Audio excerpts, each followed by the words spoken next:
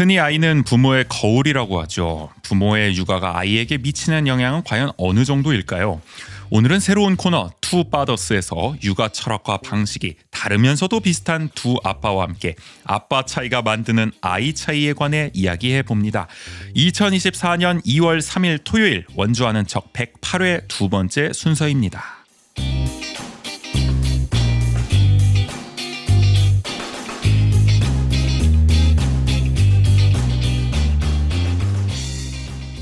세상을 바꾸는 원심 아는 척에서 시작합니다. 강원도와 원주를 이야기하는 풀뿌리 팟캐스트 원주하는 척 정은지입니다. 국인 씨 옆에 있어요? 안녕하세요, 조gin입니다. 국인 씨는 살면서 말이죠. 내가 부모님과 좀 닮았구나라는 걸 좀 스스로 느끼실 때가 있어요? 저는 좀 자주 느끼는데. 그래요? 똑 닮았어요? 일단 붕어빵입니까? 외모가. 외모가 일단 그렇죠. 네. 외모가 가장 일단은 즉각적이죠. 네. 저는 저희 어머님을 많이 닮았거든요. 많이 닮았었군요. 그러니까 특히 평소에도 느끼긴 하는데 결혼식 날 이렇게 결혼식 사진을 이렇게 찍잖아요. 네. 그거를 봤었는데 저랑 엄마랑 너무 똑같이 생긴 거예요. 그 정도로 네. 확 드러날 정도로. 그래가지고 좀 많이 느끼고. 네. 성격적으로는 성격적으로도 엄마를 좀 많이 닮긴 엄마 해요. 쪽을. 네. 근데 그러다가도 이게 뭔가 한 번씩 아빠와 비슷한 면모가 좀 나온다거나. 그래요? 어머니의 성격은 좀 어떤 걸 닮으신 거예요? 좀 그래도 조금. 어머니도 말씀을 좀 많이 하신 걸 좋아하시나요? 그런 건 아니신가요? 그건 좀 아빠를 닮았네요. 아버님이 조금 네. 투머치 토커 기질이 있고. 아빠 저보다 더 심한 거 같긴 한데. TMT시고. 네. 어머님은 좀 어떤 엄마의 약간 뭐랄까요? 좀 이렇게 약간은 묻어남? 묻어나다. 네, 묻어난데 감정이 약간 좀 차분하고 네네. 공유하지 않고 쉽게. 네, 약간 그런 것들. 침착하시다. 네. 그리고 약간 그렇고 약간 취향 이런 건 또 아빠를 좀 많이 닮은 것 같기도 해요. 취향까지 부모님과. 네. 아버님은 뭐 어떤 걸 좋아해요? 저희 아빠도 뭐 웹소설 보는 거 이런 거. 아버님 웹소설을 보세요? 그래요? 정말 매니아세요. 그러니까 무협소설 이런 걸 굉장히 좋아하셔가지고 제가 중학교 때 정말 판타지 소설, 무협소설을 많이 봤었거든요. 근데 그래가지고 원래 제가 먼저 그 학교 근처에 있는 그 당시엔 이렇게 뭐 비디오 방 같이 그 책방에 가가지고 막 이렇게 그 돈을 정액을 끊어놓고 이렇게 빌리고 막 그랬었거든요. 네. 근데 아빠가 어느 날 막 집에서 이렇게 책 보고 있으니까 그 뭐 어디서 빌려왔냐 이렇게 관심을 가지셨어요. 물어보시더니 나중엔 아빠랑 같이 가가지고 본인도 정액권을 끊으시고 본인도 이렇게 같이 같은 이름으로 제 이름으로 해가지고 이제 저랑 아빠랑 같이 마음이 맞았네. 마음이 맞아가지고 이런 부모가 있잖아요. 맞아 무협지 이렇게 빌려보시고 그러니까. 저도 판타지서 이렇게 빌려보고 그거 참 좋은 것 같아. 맞아요. 아빠랑 같이 오락실 가는 요즘 또 이 부자 관계도 또 많다고 하는데 네네. 아니 뭐 부녀 관계일 수도 있고 맞아요. 그런 게 좀 재밌었고 어린 시절엔 좀 그런 추억이 있는 게 닮았다는 걸 또 그때 느끼는 순간이 아닐까. 아버지가 나랑 이렇게 또 취향이 같아. 신기하네. 그런 게 좀 신기했었죠. 네. 우리 아빠는 그런 게 없었어가지고. 그래도 축구 같은 건 또 같이 봤던 기억이 나고. 네. 저는 부모님하고는 외모가 일단 안 닮았어요. 그래요? 누나하고도 안 닮았습니다. 외모. 저희 아버지는 그래도 객관적으로 봤을 때 잘생긴 편이시거든요. 네네. 코도 똑똑하시고. 나는 코가 막 거의 코가 나면 왜 안 똑똑할까가 항상 어릴 때부터 아버지 코는 저렇게 똑똑한데 나는 왜 이렇게 이게 막 약간 뭐 수제비 빚어놓은 것 같을까 뭐 이런 생각 할 때가 있단 말이에요. 옛날부터 그런 생각을 했었어요. 그래서 코가 큰 건 닮았는데 똑똑하게 컸어지. 아버지는 솟은 거지. 나는 옆으로 간 거지. 거기서부터 이미 우리는 닮기는 글렀다. 그리고 성격적으로도 좀 다른 것 같아요. 그리고 저희 아버지랑 어머니는 일머리라고 하죠, 흔히. 그런 걸 굉장히 좋으세요. 그러니까 되게 손재주도 좋으시고 하는데 일을 야무지게 하시는 편이세요. 농사도 지으시고 뭐 이렇게 식당에도 일을 하시고 막 이러시니까. 근데 저 같은 경우는 뭐 하는 일마다 하여간 뭐 이렇게 몸으로 하는 일은 거의 잘 못하는 편이니까 그런 점에서 부모님하고 너무 다르다라는 생각을 옛날부터 했었어요. 그래도 다른 방면으로 또 일을 되게 체계적으로 엄청 하시잖아요. 먼저 하는 쪽도 마찬가지고. 그런가요? 네. 뭐 애써 또 그렇게 뭐 말씀해 주시면 안 닮았다는 겁니다. 결론은 뭐 그런 얘기 듣자고 한 건 아니었고요. 이 얘기를.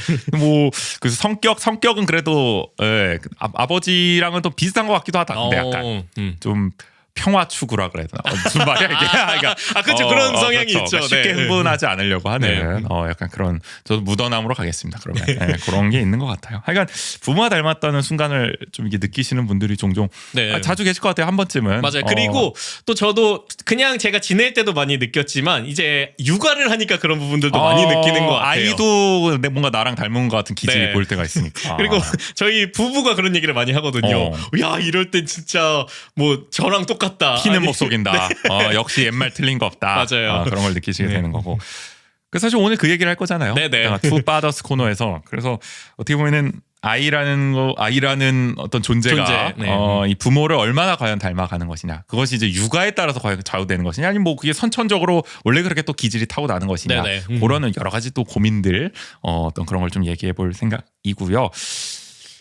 잠시 이제 얘기 하나 드리면은 저희 원조한 쪽에서 또 후기 사연을 받고 있지 않겠습니까? 네, 그래서 아무 말이나 좋으니까 저희 이야기 또 많이 보내주셨으면 좋겠습니다. 구글 폼 링크 저희가 걸어놨어요. 댓글이나 이런 데를 통해서 맞아요. 보내주시면 좋겠고, 말씀드렸던 이제 육아 얘기 그러면 또 뭐 본격적으로 시작해 보도록 하죠. 108회 2부 투 파더스 들어가 보겠습니다.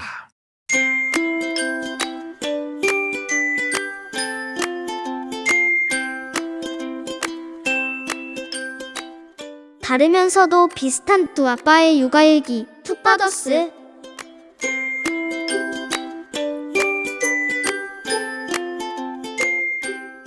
평소에 우리 방송에서 뭐 슈아 이야기 많이 맞아요. 합니다만은 네. 그렇다고 또 이게 날 잡고 이야기를 해본 적은 또 별로 없는 것 같아요. 또 그러기도 조금 애매하기도 하죠. 네, 간간히 좀 언급이 되고는 있습니다만은 사실 근데 국인 씨의 이제 일상의 대부분은 거의 뭐 육아와 관련돼 있지 않겠습니까? 그래서 제 일상에 얘기를 할 때 항상 네. 뭔가 결여돼 있는 느낌, 뭔가 빠져서 얘기하는 느낌, 좀 억제한다는 느낌이 들어요. 네. 그래서 아예 그냥 이제 터놓고 그냥 마음껏 얘기하셔라. 평소 어떤 일 하시는지, 육아하시면서 어떤 상황을 겪고 뭘 느끼시는지. 이때 다 털고 딴 아. 데서는 그냥 좀 얘기하지 그렇죠. 마라. 그래야 좀 속이 풀리실 것 같아서 네. 육아 코너 신설했습니다. 저희 청취자분들 중에서도 또 육아하는 분 계실 수도 있기 때문에 공감대를 좀 함께 형성해 나갈 수 있지 않을까, 이 코너를 통해서 기대를 해보고요. 그래서 같이 이야기하면 딱 좋은 분과 함께 이른바 투 파더스라는 네. 제목에서부터 진행해 뭔가 볼까요? 이제 좀 그렇죠. 아실 수 있지 않을까. 본격 육아 토크입니다. 두 아빠가 함께하는, 그래서 오늘 함께 이야기 나눌 분 앞에 모셨어요.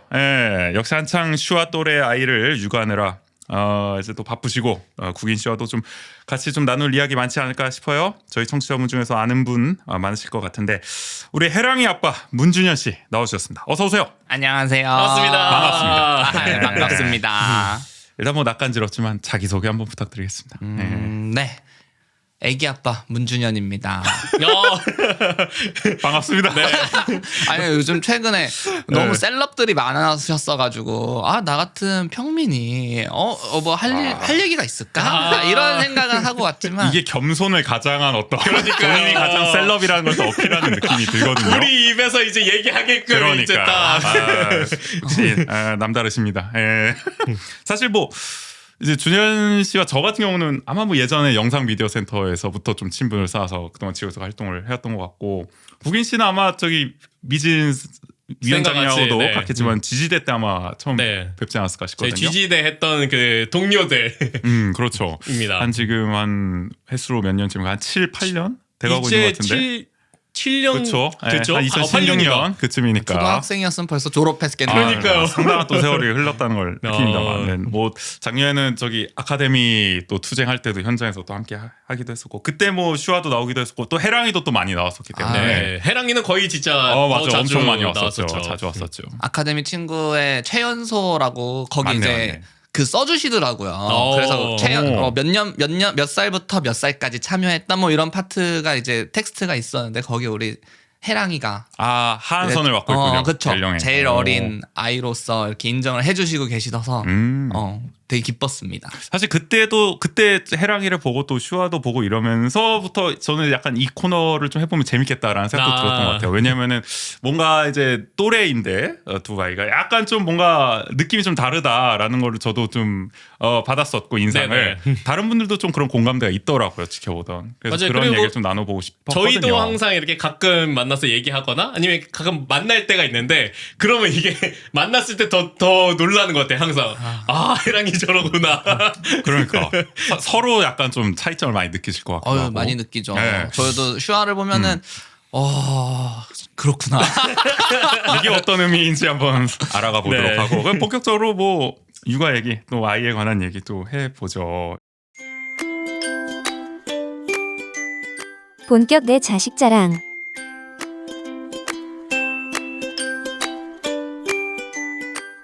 일단은 각자 자식 자랑부터 시작을 해보죠. 네, 슈아 해랑이는 어떤 아이인가? 일단은 먼저 해주세요. 슈아는 어떤 아이입니까? 아, 슈아 뭐 네. 제가 종종 얘기하긴 했지만 아주 활달하면서 네. 장난기가 많고 호기심이 많은 여자아이입니다. 그래서 지금 27개월이 막 지났고요. 27개월. 그래서 그런지 요즘에는 약간 뭐 다른 것들도 호기심이 많아서 좋아하긴 하는데 요즘 약간 공주에 빠져가지고 공주? 네. 그러니까 아, 프린세스. 우리가, 말 그대로 그 공주. 네. 오. 그래서 본인 슈아 공주님으로서 이제 막 한껏 본인을 뽐내기를 좋아하시고. 그럼 뭐 전통적인 그런 뭐 드레스 같은 것도 사주고 약간 그래야 되는. 네네. 건가요? 그러니까 뭐 오. 키즈 카페 갔을 때 드레스를 아, 본인이 딱 요즘 입고 그런 데가 그다음에 다 있지. 슈아 공주야 이러면서 막 포즈를 막 우와. 예쁘게 막 취하기도 하고. 그다음에 아니 그런 건 어디서 학습했을까요? 그러게요. 그리고 딱히 그런 게 없었는데, 그러니까 뭐 가끔 이렇게 지나가다가 보는 뭐 영상이나 뭐 그런 데서도 본 것 그 같기도 마음에 하고. 들었나? 네. 보다. 오. 그리고 그 이제 유튜브를 가끔 보다 보면은 그 아이돌 영상들을 가끔 보거든요. 그렇죠. 네, 그럼 무대 의상이 좀 화려하잖아요. 약간 공주님들이 입는 것처럼. 네, 그런 데서 좀 약간 인상 깊었는지. 그래서 항상 이렇게 막 포즈를 요즘 막 포즈 취하는 걸 좀 좋아해요. 근데 슈아는 진짜 표정이 풍부한 것 같아요. 항상 맞아요. 보면은 네. 춤출 때도 그렇고 뭘 이렇게 따라하거나 그럴 때 특히 어쨌든 굉장히 케이팝도 좋아하고 말이죠. 네. 그런 영상을 종종 저한테 보여주세요. 슈아가 오늘 이런 춤을 췄다. 오 하면서 춤을 춰요. 요즘에는 그 비비지의 매니악에 좀 관심이 있어가지고. 맞아. 그러면 뭐 릴스 같은 거 찍어서 아카이브 해놓을 수 있는 것도 그걸 하면서 본인을 찍으라고 이렇게 하고 우와. 약간 그러니까 그렇게 요즘에는 본인을 뽐내기를 좋아하는 약간 아이로 네. 자라고 있는 것 같습니다. 하여간 자식 자랑하니까 또 얼굴에 웃음꽃이 만발을 하네요. 네. 해랑이는 어떤 아이입니까? 아 저는 사실 슈아가 되게 궁금하거든요. 저희가 그래요? 이제 오래 만나긴 했어도 이제 또 각자의 삶을 살다 보니까 아이들끼리 또 자주 못 보고 1년에 몇 번 못 보는 맞아요. 것 한 1년에 같아요. 한두 번씩. 지난번에 한번 저기 그게 정말 무슨 국인 씨 생일 파티였나요? 우재 씨 생일 파티 아니었어요? 아니 그러니까 각자 기억이 다 달라. 그러니까 이게 저 주인공이 누구였어? 그날은 제 생일 맞죠? 파티였습니다. 그랬는데 그때 이제 슈아랑 해랑이가 네, 같이. 거기가 키즈 카페인가요 일종의? 거기는 그 약간 뭐라고 해야 키즈 돼요? 파티룸 아 같은 파티룸 거기를 한번 곳이어가지고. 빌려가지고 네. 논 적이 있었잖아요. 예, 맞아요. 그래서 맞아. 그때가 정말 오랜만에 그쵸. 만난 거였겠네요. 본격적으로 논 건 그때였는데 그래서 저도 이제 우리 아이도 관찰하지만 슈아의 이렇게 생태계도 좀 궁금했었거든요. 근데 또 오랜만에 만나서 들으니까 많이 다르다는 게 확실하게 또 새삼 느껴지고 느껴진다. 저는 이제 해랑이는 남자아이지만 슈아 여자아이니까 또 그 차이점에서 발생하는 뭔가 궁금했었거든요. 맞아요. 네. 그런데 지금 듣다 보면은 해랑이는 전혀 그런 뭔가 낌새는 전혀 없었거든요. 그래서 우리 해랑이는 어떤 아이냐면 조금 신중하고 조금 느리지만 고민이 많고 생각을 좀 먼저 하는 스타일이에요. 그래서 몸이 먼저 움직이기보단 이제 논리적 사고가 뒷받침된 행동들과 대화 화법을 이용하거든요. 그래서 사실 다행인 건 해랑이는 내비둬도 큰 사고를 내진 않아요. 그래서 어디에 몸을 부딪히거나 뭐 그러는 경우가 되게 드물어서 참 부모 입장에서는 조금 되게 안심되는 부분이긴 하거든요. 슈아는 좀 불안하지 않으세요? 슈아는- 그냥 냅두면 한시라도 슈아는 한시도 눈을 떼면 안 됩니다. 요즘에 또 집에 집을 좀 정리하다가 청소를 하다가 그러니까 볼풀장으로 샀던 그게 있어요. 튜브가 큰 튜브가. 근데 그걸 또 발견하더니 바람을 불어달라 그래가지고 바람을 불어주고 공을 넣어줬는데 집 끝에서 다다다다 뛰어더니 거기에 이제 다이빙을 하는 거예요. 그런 건 어디서 네. 학습한 거지? 그러니까 아니 그거 전혀 본능적인 행동일까? 그런 나 너무 신기해 그런 게 항상. 아니 그래서 그나마 볼풀장이니까 네. 아니 그래도 볼풀장도 볼풀이 막 엄청 가득 찬 것도 아니라서 네. 그래도 바닥이라서 뛰지 말라고 그런데 결국 그러다가 어린이집에서도 막 달리다가 점프하고 막 그래가지고 어린이집 장에 머리를 아이고. 살짝 부딪히기도 하고 불가피합니다. 근데 네. 그렇게 활동적이다 보면은 진짜 활동적인 것 같아요 항상. 그래서 항상 진짜 눈을 뗄 수가 없는 그때 파티룸에서도 제가 슈아 잠깐 놀아줬는데 너무 힘들었어. 에너지가 대단하더라고요. 그래서 해랑이는 그 놀이 방법 자체가 지금 슈아랑 좀 다른 게 그러게요. 해랑이는 지금 3가지 정도의 놀이를 오. 조금 하는데 첫 번째가 이제 역할놀이, 인형놀이 약간 이런 거. 그래서 자기가 이제 좋아하는 인형들이 있고 그 인형들이 이름을 붙여놨거든요. 그러면은 그 인형들의 역할이나 막 그런 상황 같은 것들을 같이 이제 약간 더빙 같은 걸 하죠. 이제 막 야하면서 멍멍아 우리 같이 가자 이러면서 뭐 곰돌이를 찾으러 갈 거야 이러면서 멍멍이랑 같이 곰돌이 인형을 찾으러 간다든지. 상황을 약간 그쵸. 설정해서. 그래서 약간 소꿉놀이 마냥 이렇게 조금 상황놀이를 되게 좋아하고 또 기차에 요즘 빠졌어요. 이제 기차요? 중장비나 기차. 오. 그래가지고 그 뭐지 이런 공사장에 있던 포크레인이나 그런 종류의 자동차들을 되게 잘 알고 있고 그 역할들을 다 구분을 해요. 그래서 불도저는 미는 거고 포크레인은 푸는 거다. 막 이런 그 형태에 따른 그 역할도 다 구분을 해서 그걸 가지고 놀면서 조금 좋아하고요. 그리고 기차 같은 거는 이제 레일을 까는 그 기차 놀이가 있어요. 레일을 까는 기차 놀이를 이제 혼자 깔아요. 레일을 네, 혼자 깔아서 요즘은 그 순환형 열차 구조를 만들어요. 아 이게 지금 모형 열차를 말씀하시는 그쵸. 건가요? 장난감 열차. 장난감 우리 어릴 때 있던. 네. 맞아, 기억이 그 나. 장난감 열차가 전동으로 움직이는데 그 레일을 이제 좀 가지고 노는 걸 되게 좋아하고 요즘 처음에는 그냥 연결만 할 수 있어서 길게 이렇게 형태가 나왔다면 최근에는 조금 이제 숙달이 되셔가지고 이거를 이제 원형 형태로 회전하게 혼자 만들더라고요. 아, 그걸 알아서. 네, 그걸 알아서. 그래서 저희가 되게 깜짝 놀랐어요. 그러면서 이제 제일 쉬운 것부터 이제 이렇게 동그라미를 만들었었어요. 그래서 처음에 동그라미 만들어가지고 막 자랑을 해. 엄마, 나가 동그라미 만들었어. 그래서 가서 보니까 기찻길로 동그라미를 만들어.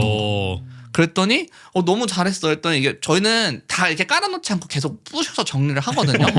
그러면 다시 꺼내서 이번에는 좀 더 다른 동그라미를 만들고 얼마 전에 최근 동그라미는 거의 뭐 이렇게 구불구불한 형태로 동그라미 원형을 만드는 거예요. 그러니까 이 기차가 출발해서 다시 첫 지점으로 돌아오는 순환을 되게 만드는 걸 중요하게 생각하고 있다는 그런 그리고 모습을 보이죠. 아까 말씀하셨던 것처럼 좀 원리와 이런 거를 이제 본인이 체득했기 때문에 그런 다양한 변주도 좀 줄 수 있었던 점점 게 숙달이 아닐까. 되는. 네. 그게 그 레일이 약간 방향이 있어가지고 약간 뭐랄까 집게가 이렇게 꼽으면 안 꼽아지고 이렇게 물려야 되거든요. 근데 요런 것들을 그냥 다 알아서 뒤집으면 돼. 약간 이런 식으로. 그래서 그런 부분도 보이고. 그래서 조금 운전 게임을 해봤는데 운전 게임도 오락실 가서 차량 운전 같은 거 시켜줬거든요. 혜랑이가 차량 운전하고 싶다 그래가지고 근데 코너링을 잘하더라고요. 제가 안 건드려도 박을 때는 쫙 이렇게 꺾고 이게 핸들이 이게 왼쪽 오른쪽을 조금 구분을 하더라고요. 그래서 약간 그런 조금 기계 원리적인 그런 놀이를 좋아하고 마지막 세 번째가 이제 그림책 놀이인데. 되게 다채롭다. 네, 그림책은 자기 전에 이제 조금씩 읽어주는 게 조금 습관화 되는데 그래서 좋아하는 그림책도 있고 이제 여러 번 보다 보면은 놀라운 경우가 있었어요. 그래서 이제 엄마랑 아빠도 이제 힘들면 혜랑아 그림책 못 읽어주겠어. 혜랑이가 혼자 볼래? 그랬더니 혜랑이가 응 알겠어 이러더니 혼자 그림책을 펴서 읽는데 읽는 게 아니라 그 장면에 나오는 에피소드를 기억하고 다시 말해요. 그러니까 그리고 그것도 구연 동화처럼 막 너가 올 줄 알고 있었다. 이런 그거를 본인 입으로 완전 이입을 해가지고 이입을 해서 엄마가 자기한테 읽어주는 것처럼 자기도 엄마한테 그렇게 동화책을 읽어주더라고요. 생동감 있게. 네. 그리고 역할도 하면서 근데 그 이미지에 나오는 에피소드를 아니까 막 그 에피소드를 기억하고 있는 거죠. 근데 되게 취향이 그러니까 뭐라 그래야 되지? 이게 취미가 쏠리는 게 아니라 지금 그림책부터 해서 아까 중장비 그리고 막 인형 그 역할극 이런 걸로 가는 게 되게 다채롭다라는 생각이 들어가지고 지금 몇 개월이죠, 혜랑이? 지금 아마 30개월쯤 됐을 거예요. 그럼 슈아랑은 한 3개월 정도 차이 났어요. 2달 반, 3달 정도. 네. 그래서 처음에 저희 혜랑이가 먼저 태어났으니까 이제 소식을 저희가 먼저 접했잖아요. 그때 이제 좋아하는 우리 국인이 쌤의 네. 국인 쌤에도 가족이 생겼다고 소식을 들었을 때 너무 반가웠거든요. 우리 맞아요. 아기랑 같이 그러니까 또래니까. 또래니까 우리 아기랑 같이 놀면 좋겠다라고 했지만 실제로 이렇게 만나봤더니 슈아는 되게 적극적으로 가까이 오고 해랑이는 이 상황을 잘 이해를 못해가지고 혼자 있고 싶어하고.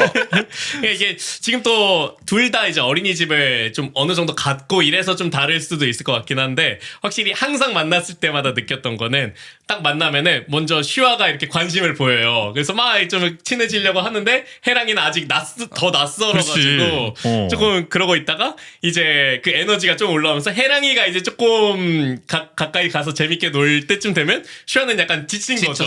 맞아.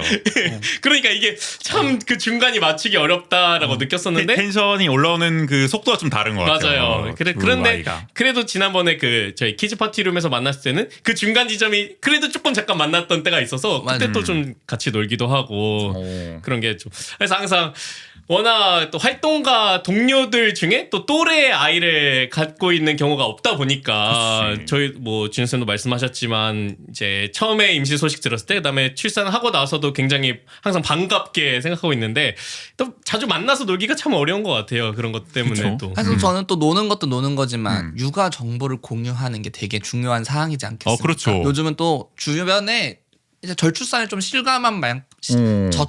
실감한 만큼 그쵸 아기를 보기가 힘들어서 맞아. 그 정보들을 저희 이제 혼자서 막 거의 해야 되는데 사실 그래서 슈아가 있는 국인 쌤네 가족에게 좀 그런 정보들을 같이 공유하고 이러면 어떨까 싶었는데 사실 너무 달라가지고 이게 여기서 통한 게 여기서는 안 통하고 이게 적용이 안 되는 경우가 맞아요. 많겠어요. 그래서 저 이렇게 통화로 보통 이제 했을 때 그렇게 된다고? 막 이런. 그래서 만나서 얘기할 때도 저희도 막 그렇게 놀라기도 하고 뭐.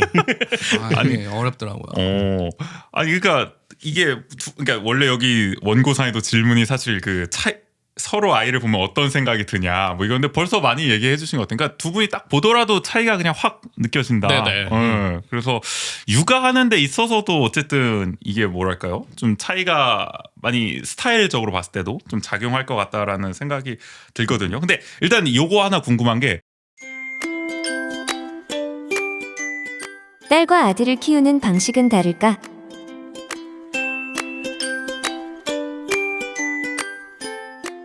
슈아는 어쨌든 따님이고, 네네. 네. 그리고 해랑이는 아드님이신데, 요것도 좀 차이가 있으려나요? 육아 방식에 있어서? 그러니까 이게 저 잘 몰라가지고. 근데 저도 그런 고민은 계속해요. 사실 이게 슈아가 여자 아이이기 때문에 우리가 좀 다르게 접근해야 되는 게 있을까? 아니면은 그게 뭔가 다른가? 이런 거 생각해보면, 그러니까. 이게 또 비교군이 사실 없다 보니까 저희가 막 둘째를 낳거나 그렇지, 맞아. 그것도 있지. 그래서 둘째가 똑같은 성별이면 거기서 또 차이가 있을 거고 아니면은 뭐 다른 성별이면 거기서 또 차이가 있을 거고 이럴 텐데 그런 비교군이 없다 보니까 그렇죠. 이게 성별 때문인지 아니면 뭐 저희의 스타일 육아 스타일 때문인지 아니면 이 아이의 기질 때문인지 이런 게 아직까지는 그 고민이 이렇게 되게 많이 될 것 같아요. 그러니까 그리고 그게 네. 고민이 되는 것 같아요. 실제로 육아를 하면서도 약간 이게 누구나 그렇겠지만 육아는 처음이잖아요, 다들. 그러니까. 처음인 순간이 있고 그렇게 되면은 이제 비교 분석할 로우 데이터가 없잖아. 맞아. 내가 이걸 테스트를 하고 그걸 이제 수정 반영할 수 있는 기회조차 없으니까.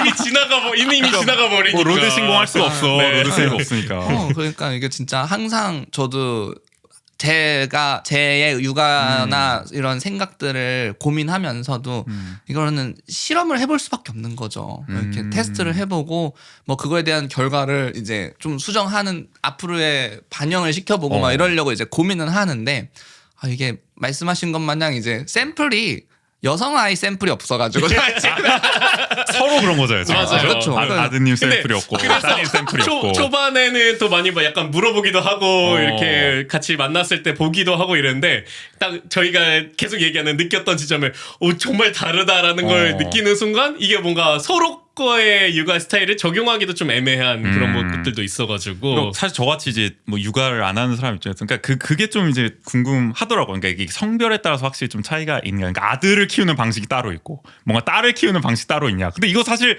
알 수가 없는 것 같아요. 두 분도 이게 뭐 둘 다 키워본 게 맞아요. 아닌 이상은. 제 생각에는 신뢰할 만한 데이터가 쌓이려면 10명 정도는 나오고 아, 적어도 한 사람이 한 사람이 10명 정도는 나와서 거의 우리 베이비 부모 시대 정도. 네.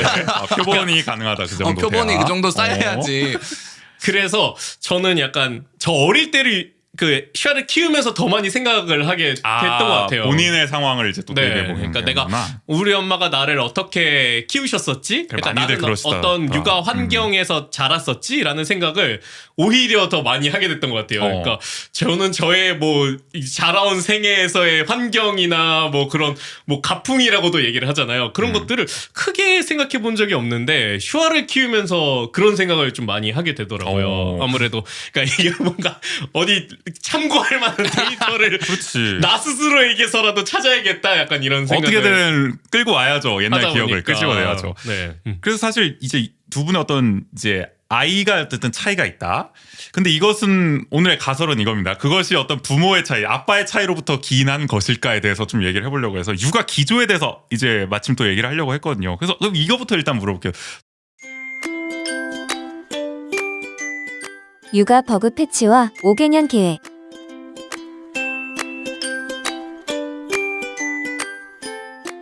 두 분의 나름의 좀 육아 기조가 있으세요? 좀 관점이라든지 아니면 방향성이라든지 나는 이렇게 아이를 키울 거다. 뭐 해랑이 좀 어떻게 키울 생각이신 거예요? 지금 방향성이? 저도 방금 말씀하신 것처럼 저도 이제 제가 어릴 때에 이제 성장을 했던 경험들이나 이런 것들을 참고를 많이 하거든요. 그래서 비슷하구나. 네, 다들. 그럴 수밖에 없는 건가? 다른 사람들 어떻게? 제가 이제 평소에도 그런 마인드긴 한데 저는 제가 경험해 보지 못한 것을 이제 좀 그렇게 잘 할 수 있다고 생각하지 않거든요. 그러니까 뭐랄까, 약간 공부를 해서 뭐 한다기보다는 공부를 해서 뭐 예를 들면은 포크레인 운전 같은 거는 이제 뭐 배워야 되잖아요. 그 배워서 이렇게 하는 과정이 되게 오래 걸리겠지만 그거를 이제 서적으로 보기보다는 직접 운전을 해봐야 되는 거죠. 그렇죠. 그래서 저는 제가 교육을 할 때도 육아를 할 때도 제 경험에서 조금 참고를 해서 많이 하는 거고 좀 쉽게 표현하면 약간 버그 패치?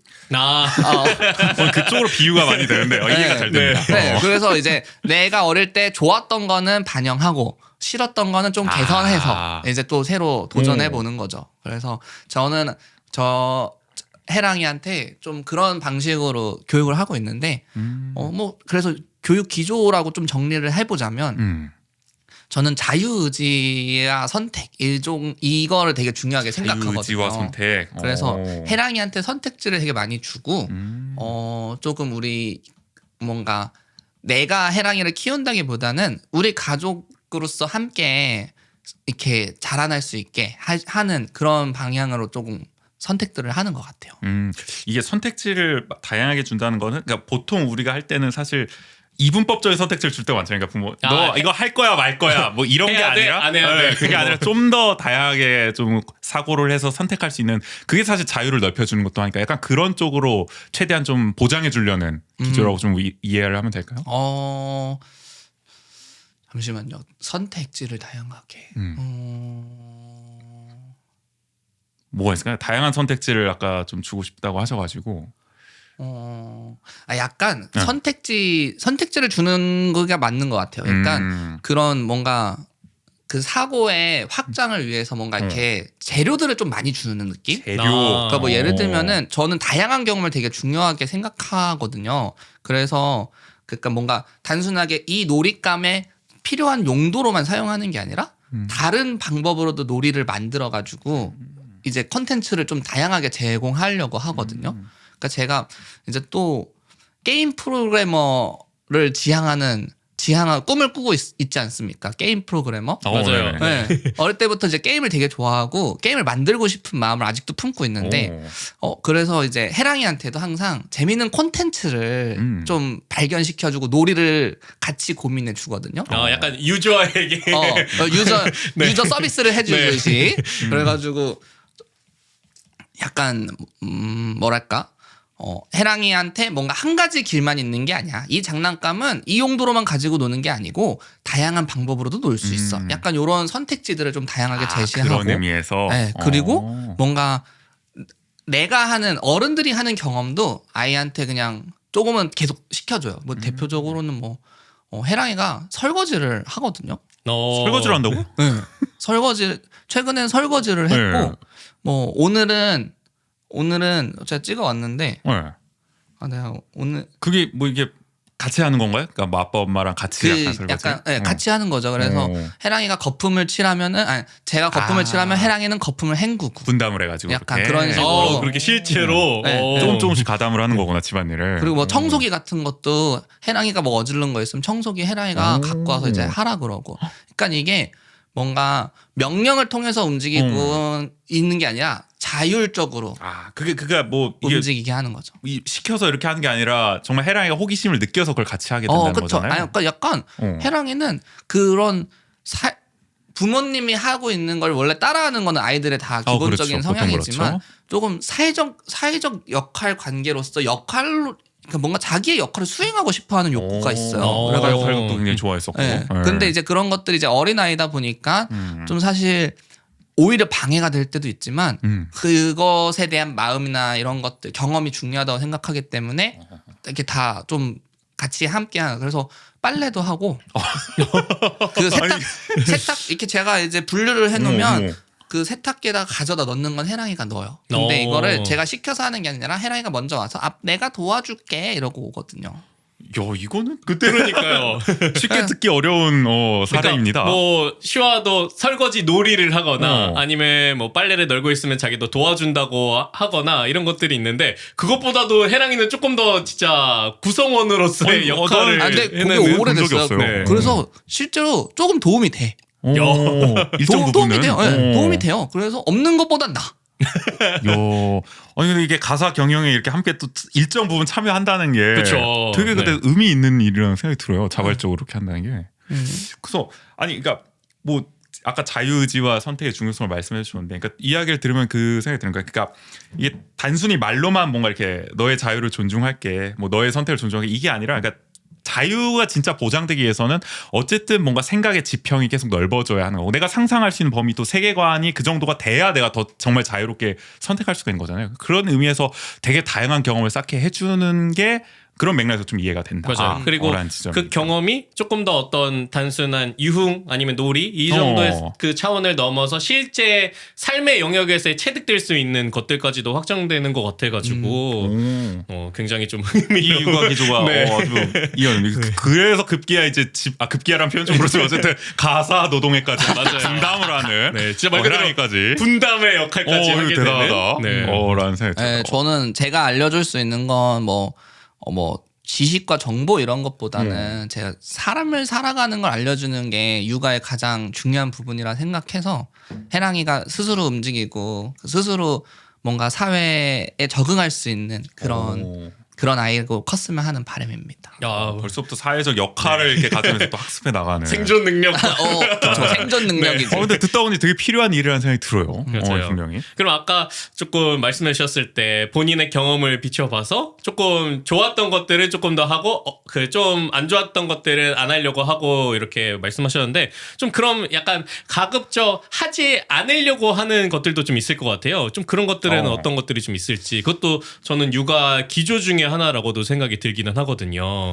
가급적 하지 않으려고 하는 거. 그러니까 육아로 말하는 건가요? 네네. 육아하는 과정에서. 이게 조금 저도 좀 방금 질문이 좀 고민되는 게, 약간 부모로서의 행동과 이런 것들도 있을 거고, 뭔가 아이가 가는 방향이나 이런 부분에 있어서도 조금 두 가지 의미로 좀 받아들여지거든요. 그러니까 아이를 대하는 부모의 태도인지, 아니면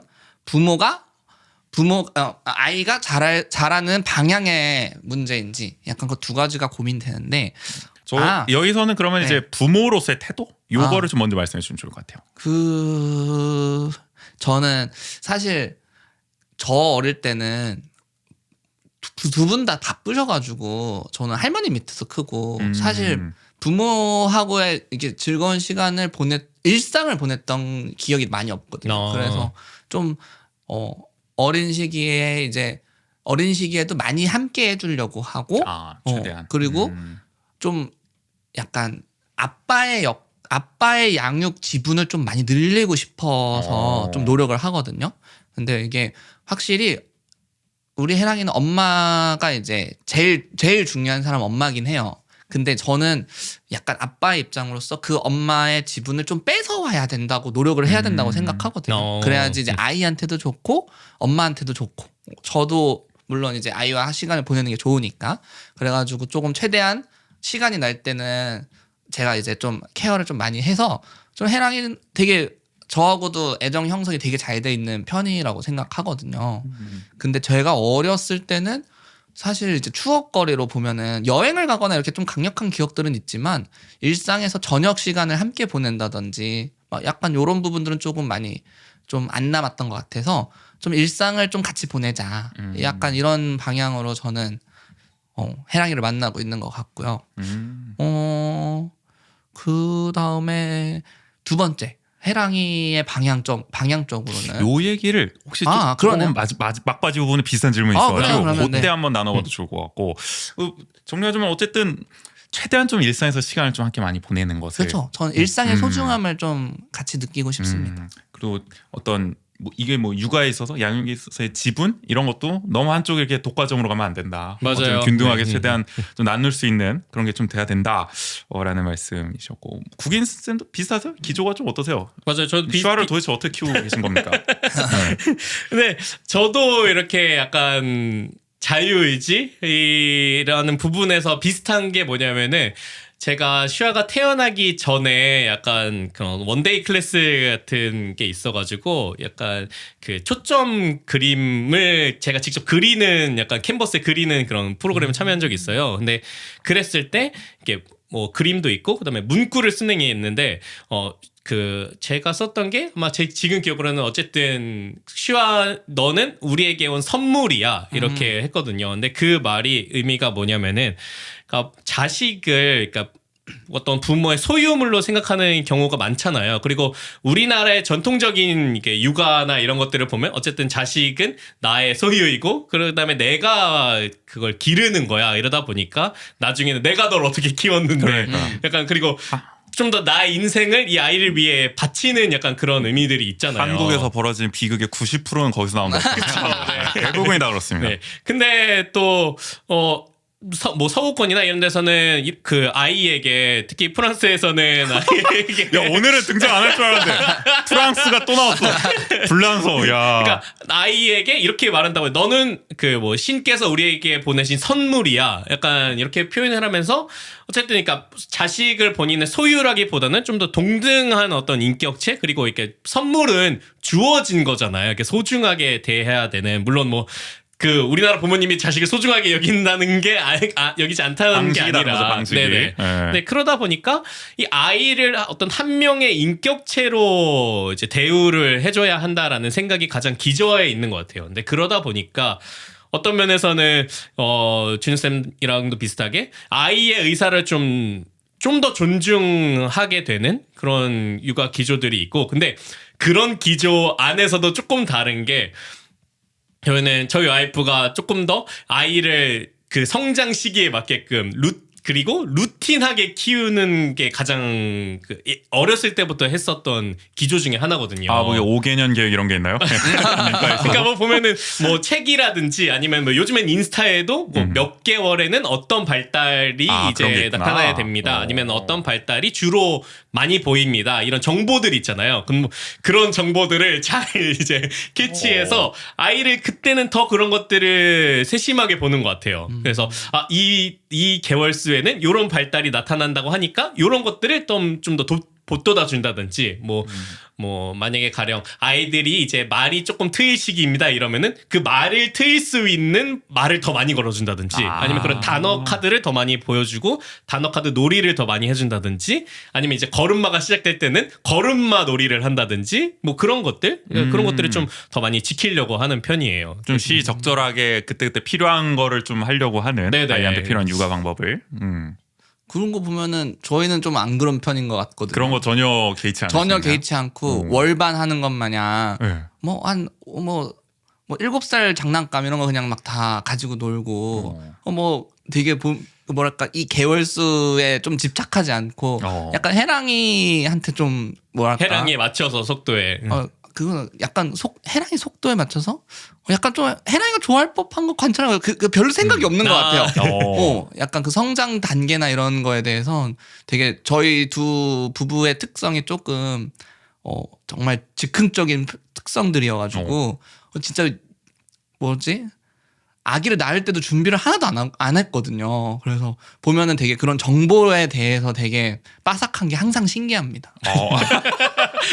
우리는 아무것도 모르고 그냥 키우거든. 저절로 크니까. 저는 좀 더 준쌤이랑 비슷한 그런 기질인데 저희 와이프는 이제 파워 J라고도 불리거든요.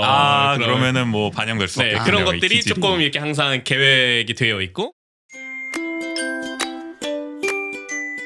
정말 다른 두 아이의 루틴.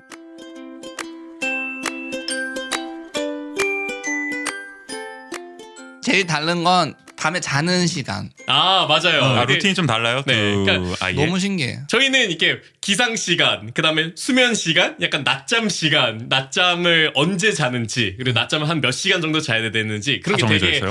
엄청 좀 엄격한 편이에요. 그래서 낮잠을 슈아가 만약에 한 12시나 1시쯤에 잔다 그러면은 보통 그때 꼭 자야 돼요. 그러면은 다 잘 자죠? 그러면 슈아가. 근데 슈아가 요즘에는 이제 본인도 커가지고 본인 약간 잘 안 하려고 그 루틴을 잘 안 지키려고 하는데 그 루틴은 슈아가 원하는 루틴이 아니면은 이게 뭐 부모님이 짠 루틴이라고 해야 돼요? 이게 뭐예요? 그 둘의 경계가 이제 모호해지고 이제 있다? 모호해진 것 같아요. 그러니까 왜냐면 워낙 어릴 때부터 이제 그런 것들을 루틴하게 되게 좀 아이를 키우다 보니까 슈아도 어느 순간 그게 체득이 돼버린 듯한 느낌? 네. 이게 누가 먼저 시작한 건지 알 수 없는 거구나. 네. 그럼 결국엔 성장에 따라 그 루틴도 조금씩 수정이 될 수밖에 없겠네요? 맞아요. 이게 그렇죠. 수면 시간이나 그래서 저희는 수면 시간이 밤에는 보통 8시를 기점으로 해서 8시. 요즘에는 한 8시, 9시 좀 늦게 자면 9시에 자긴 하는데 거의 지키려고 해요. 네. 거의. 저희는 저는 어릴 때 안 그랬었던 것이 확실히 기억나는데 저희는 1시 반에도 재웁니다. 새벽 1시간이요. 그러니까 웬만한 성인도 가장 그 전에 놀랬던 것 잠들죠. 중에 네. 하나가 한 밤 11시였나? 제가 뭐 연락할 일이 있었나? 하여튼 그랬는데 뭐 하고 있냐고 했는데 그러니까 저희는 재고 있으니까 되게 소곤소곤하는데 되게 큰 목소리인 거예요. 그래서 뭐 하고 있냐니까 아직 해랑이랑 놀고 있다고. 그러니까 뭐 TV를 보고 있다 그랬나? 아마 뭐 그래가지고. 아니 나는 초등학교 4학년 때까지는 무조건 10시 안에는 자게 했거든요. 그때 저도 8시에 부모님이 이제 8시면은 다 자고. 근데 그때는 일단은 10시 넘으면 TV가 안 나왔어. 맞아. 맞아요. 그건 맞다. 방송이 끝나고 네. 볼 것도 방송이 없고. 끝나고 전기가 부족했던 시기였어가지고 어디까지 거슬러? 정전도 많이 되고 나만 맞죠? 네. 어쨌든 그쵸. 어쨌든 그때는 좀 자기가 더 유리한 환경이었죠. 네네. 지금보다는.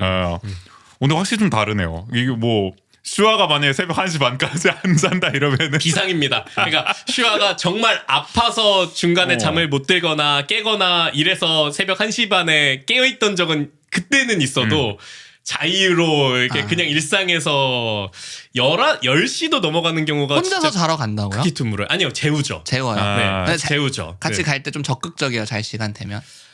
아니요, 저희가 적극적이죠.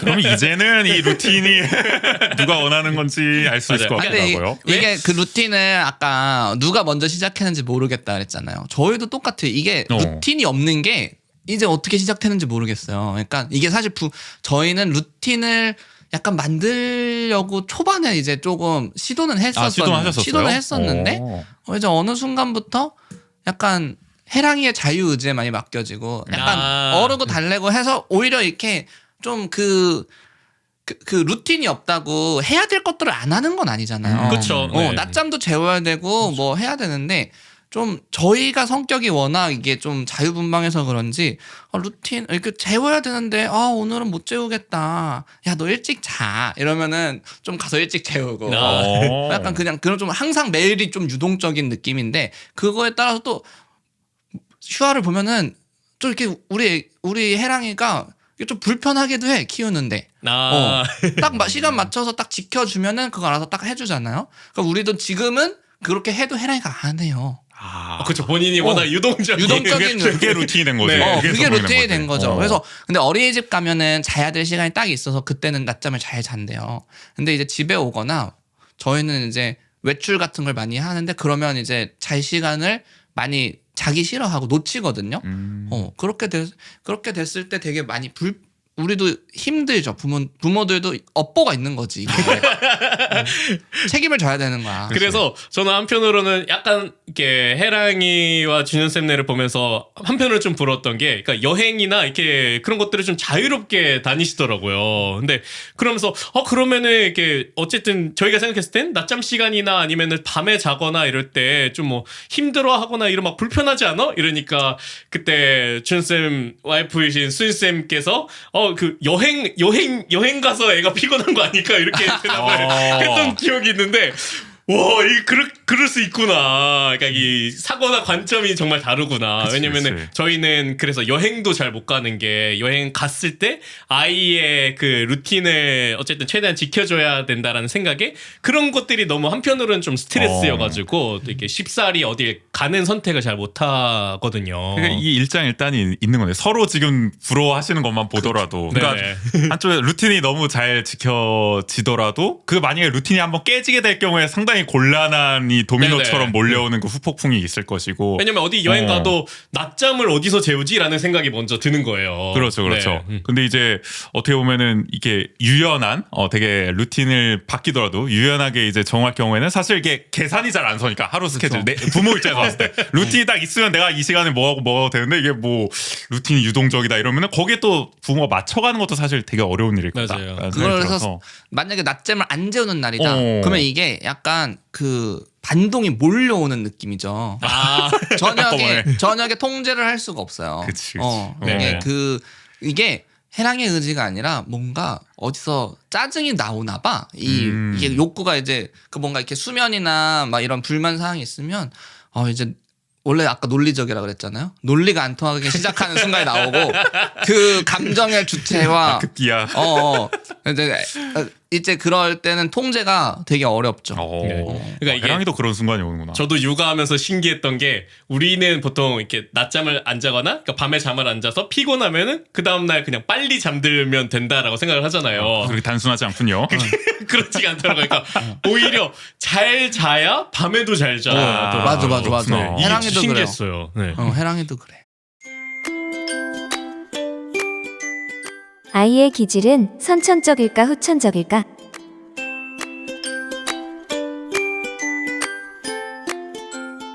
요거는 제가 사실 그냥 평소에도 궁금했던 건데, 그러면은 이 육아를 하신 입장에서 봤을 때 아이의 어떤 기질이라는 것은 선천적인 것인지 후천적인 것인지 둘 중에 어떤 거에 비중이 좀 더 크다고 느끼시는지가 전 궁금하거든요. 저는 뭘까요? 방송에서 몇 번 얘기했던 것 같은데, 저는 선천적인 거라고 좀 많이 느끼게 됐어요. 한 8대2 정도? 네. 오. 8대? 한 7대 3? 7대 3까지. 네. 그러면은 뭐 슈아의 지금 이런 성격, 되게 막 텐션도 높고 약간 루틴에 이렇게 딱 맞춰야 되는 성향이 있는 거고, 이런 건 다 선천적인 거다. 그런 부분이 더 큰 것 같긴 지금까지 해요. 말한 이런 네네. 성향들이. 일단 알겠습니다. 해랑이 저는 7대 3 얘기하셨나요? 네. 그러면 저는 6대 4 정도로. 6대 4 정도 선천적이다. 선천적인 게 분명히 존재하는 걸 이렇게 관측을 했다. 계속 이게 뭔가 실험과 결과 다시 피드백 다시 재실험 이런 느낌이에요. 확실히 이게 프로그램 그러니까 달라다. 이것도 다르네. 아니 듣겠습니다. 그래서 해랑이가 저 성격이나 이런 것들이 참 부모도 많이 닮기도 했고 다른 아이들하고 비교해 보면 확실하게 조금 다른 성향을 지니고 있는 것 같은데, 저거를 우리가 교육해서 만들어진 건 아닌 것 같거든요, 사회적으로. 근데 분명한 건 제가 좀 놓잖아요, 사잖아요. 근데 해랑이가 이제 그 어려서부터 사람들을 되게 많이 만나고 뭔가 그런 사회 활동을 하면서 조금 이제 본인의 성격하고 조금 반대되는 행동들도 많이 하거든요. 그런 게 보여요. 네. 뭐 대표적으로 사람 많이 만나는 것, 이렇게 되게 아이 성향이 되게 강한 게 느껴지거든요. 막 집에도 막 가고 싶어하고 집에 쉬고 싶어하고 아무것도 집에서 안 하고 싶어하는 것도 있지만, 이제 또 어릴 때 되게 사랑을 많이 받고 외부에서 나가가지고 그 뭔가 사람을 만나는 걸 되게 많이 접한 편이거든요. 그래서 이제 사람 만나는 것도 되게 또 좋아하고. 아 이제는 좀 좋아하는 편. 네, 좋아하는 사람과 만나다가도 집에 가고 싶어하고. 그게 아니죠. 그게 그렇죠. 아니죠. 맞아. 그거는 뭐 원래부터 이제 네네. 뿌리 깊은 기질이니까. 맞아요. 근데 뭔가 이게 그 기질과 좀 만들어지는 것들도 사회에서 분명히 존재를 하는데 저는 그 비중도 되게 크다고 생각하고 그래서 교육과 육아가 되게 좀 중요한 것 같아요. 그러니까 부모님의 성향에 따라서도 영향을 미치는 것 같아요. 맞아요. 네. 네. 그러니까 후천적으로 이렇게 되는 것도 한 40은 될 정도로 비중이 크다. 네, 종합적으로 비중이- 봤을 때. 저는 비중이 큰 편인 것 같아요. 그러면 준현 쌤은 좀 지금 좀 말씀 중에 나왔던 것 같기도 한데 만약에 선천적인 7이라고까지 얘기를 하셨습니다. 네네. 이 정도면은 부모는 과연 그럼 어떤 역할이라고 할 수 있을까? 이런 어떤 선천적인 기질을 좀 잘 살려주거나 또는 뭔가 좀 뭐 억제해야 될 수도 있잖아요. 네, 맞아요. 그런 보조적 역할이라고 봐야 될지 어떻게 생각하세요? 부모의 역할은 뭘까요? 저는 그래서 그러니까 저는 경계에 있는 울타리라고 생각을 해요. 그러니까 이 기질이 나가는 방향성에서 아니면 이 아이가 성장하는 과정에서 그러니까 이게 되게 좁은 울타리라는 느낌보다도 그 바깥 경계를 어떻게 쳐줄 것이냐가 부모의 역할이지 않을까. 그러니까 저는 그게 저의 성향 때문에도 그런 것 같은데 이 아이가 이 아이로서 잘 자라나게끔 하는 과정에선 최대한 열어두되 그러니까 어쨌든 뭐 사회적인 이유든 여러 가지 이유들로 그 경계에 놓이는 순간들이 있을 거 아니에요. 그렇지. 그러면 그때 그거를 뭐 막아주거나 아니면 그거를 도와주거나 하는 부분에 있어서가 부모의 역할이지 않을까. 네. 그러면 제가 종합적으로 이해한 거는 한마디로 아이가 어쨌든 나답게 클 수 네네. 있는 그 울타리를 쳐주는 것이 부모의 역할이다. 맞아요. 최대한 선천적 기질을 좀 잘 살려주는 편이 네. 중요하다. 저는 그런 그렇게 것 같아요. 생각을 하는 편이에요. 어. 그렇기 때문에 저는 한 3 정도? 네. 준현 쌤도 좀 동의하시는 편인가요? 저는 조금 느낌은 조금 다른데 저는 약간 아까도 조금 얘기했던 게 삶을 살아가는 그런 모습들을 조금 배웠으면 하는 성장했으면 하는 부분이 있거든요. 그래서 만약에 뭔가 아무리 선천적이더라도 이 관계와 사회에 대해서 자신을 좀 맞춰 나갈 수 있는 능력을 좀 기르는 것도 사회의 자식을 좀 맞추는 것도 네, 필요하다. 그쵸. 어느 정도? 그래서 뭐 예를 들면 태어났는데 뭐 어떤 이유로 갑자기 뭐 다른 국가나 뭐 아프리카나 이런 기후가 바뀔 수도 있잖아요. 그럼 그 현장에 가서 그걸 맞춰서 살아갈 수 있는 사람이 될 수 있으면 하는 바람인 거죠. 그래서 이제 만약에 선천적 기질을 발견하고 그것을 이제 있더라도 제가 조금 그래도 어느 정도 사회적 역할이나 이런 관계에서 좀 영향력을 편하게 살아갈 수 있게끔 이끌어주는 것도 조금 좋지 않을까? 그런 생각. 확실히 이렇게 들으면서 그게 관점이 좀 다르구나라는 것들을 느끼게 되는 것 같아요. 그러니까 저는 어디서든 뾰족하게 그러니까 한편으로는 그러니까 그게 그래도 무방하지 않을까? 뭔가 그렇게 사는 모습도 좋지 않을까? 슈아의 개성을 사회가 맞춰라 슈아에게. 어떻게 보면 네. 근데 확실히 그러니까 그런 것들이 담기나 봐요. 그러니까 슈아가 한편으로 좀 약간 그렇게 잘하고 있는 듯한 느낌이 좀 들어요. 그런 게 아까 말한 3의 그 영향이 되겠네요. 7대 네네. 3에서의 부모가 그렇게 또 유도를 해주고 네네. 있으니까. 그러니까 그래서 그런지 몰라도 어디에서나 당찬 사람으로서 살아가고 있는 것 같은 느낌. 네. 그런가? 그러면 우리 해랑이도 좀 약간 그런 걸 잘 따르고 있는 것 같긴 해요. 네. 약간 저희 해랑이는 그 관계 구성망에서 되게 심성 깊은 그런 배려 같은 것도 되게 많이 하거든요. 그래서 뭐 거짓말도 좀 하고 그리고 뭐 얼마 전에는 어린이집에서 되게 침울해져서 와갖고 엄마가 물어봤는데 이제 고백을 하대요. 친구한테 맞았어 이렇게 얘기를 하더라고요. 그래가지고 이제 깜짝 놀라서 이제 상황을 이렇게 얘기를 해보는데 이제 중요한 거는 뭐 맞아서 뭐 잘잘못을 따질 게 아니라 해랑이가 이제 그 상처를 받은 모습을 저희가 케어를 해줘야 되는 거거든요. 근데 그 모습이 제가 느끼기에는 이렇게 느꼈어. 그 뭔가 이 선하게 느끼고 있던 세상에서 처음으로 아기를 맞이한 순간이라서 되게 놀란 거죠. 그러니까 나를 해하려고 하는 상황이 처음 맞이한 거지. 약간 그런 것에서 되게 배신감 같은 것도 느끼고 혼란스러움을 되게 그 눈동자에서 되게 발견했거든요.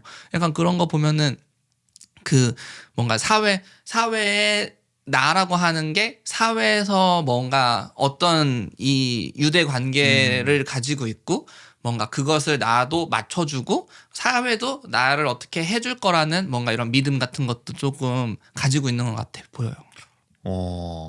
근데 이거 들으면서 슈아도 어쨌든 뭐 그런 경험이 어쨌든 하면 안 되겠지만, 그러니까 악의를 마주하는 순간이 올 거 아닙니까? 그렇죠. 그때 진짜 부모는 어떻게 대응을 해야 될지가 맞아요. 네. 준현 쌤 말씀 들으면서 저도 참 어렵다는 생각이 드네요. 항상 이렇게 아이는 그러니까 순수하다라 그러잖아요. 그런 거에 있어서 그러니까 그런 순간들이 있거든요. 어떤 감정이라든지 뭐 상황이라든지 그러니까 그럴 때 이게 어떻게 이 아이를 위로해 줘야 될까? 아니면은 뭐 때로는 훈육이 필요할 때는 훈육을 해 줘야 될까? 이런 것들이 되게 그냥 쉽게 뭐 혼내거나 그냥 단순 달래주거나 이런 거 이상이겠구나라는 것들을 좀 많이 느끼게 되는 것 같아요. 네.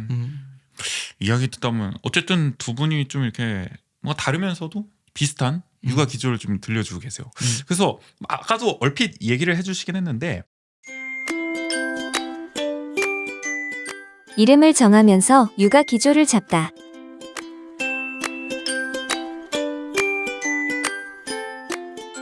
뭐 말씀하셨죠. 아빠는 다들 처음입니다. 뭐 이거 어디서 뭐 우리 공교육이 뭐 이런 거 제대로 가르치는 뭐 배운 적이 없죠, 다들 막 어디서 막 인스타에서 보고 유튜브에서 그쵸. 보고 배워야 되는 아니면 실정이에요. 자기 데이터들을 돌아보고 그러니까요. 그래서 궁금한 게, 근데 이 관점 자체, 내 아이는 정말 자유의지와 뭔가 선택을 좀 최대한 보장해주고 싶다. 뭐 예를 들어 이런 거는 원래부터 좀 이렇게 갖고 있던 생각이었는지, 아니면 아이를 낳고 육아를 좀 하면서부터 좀 그래야겠다는 결심을 쓰게 됐는지, 좀 그 과정도 좀 궁금해요. 내 육아 이 기조가 정립돼가는 과정, 그런 게 좀 어땠나요?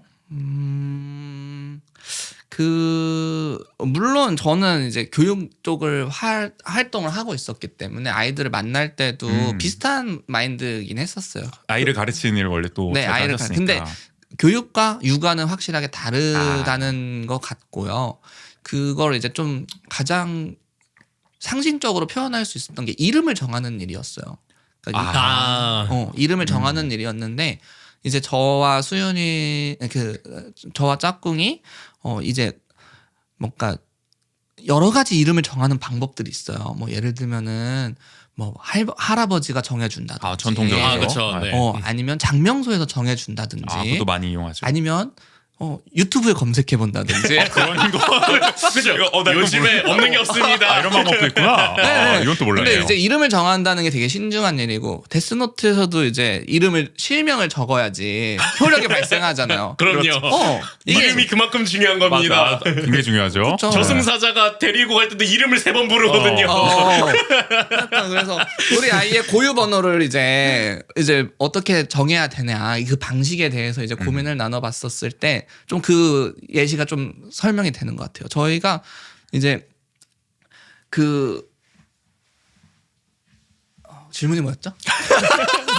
나도 말려 들어가서 육아 기조가 어떻게 이제 정립돼 갔냐. 정립돼. 맞아. 그러니까 그때 당시에 그 이름을 고민하면서 우리가 아이를 어떻게 키울 것인지, 어떤 아이가 되었으면 하는 것인지, 그걸 이제 수윤이하고 같이 얘기를 많이 나눴던 이름을 순간이죠. 정할 때요. 네. 근데 이제 아까도 여러 방식이 있다 그랬잖아요. 근데 저희는 저희 부모가 아이를 주도적으로 키우고 뭔가 이런 그 다른 영향력들에게서 조금 자유롭게 하는 것이 우리 아이가 자유롭게 컸으면 하는 바람도 거기에 담겨 있는 거거든요. 그 이름을 부모가 직접 지어준다는 것이.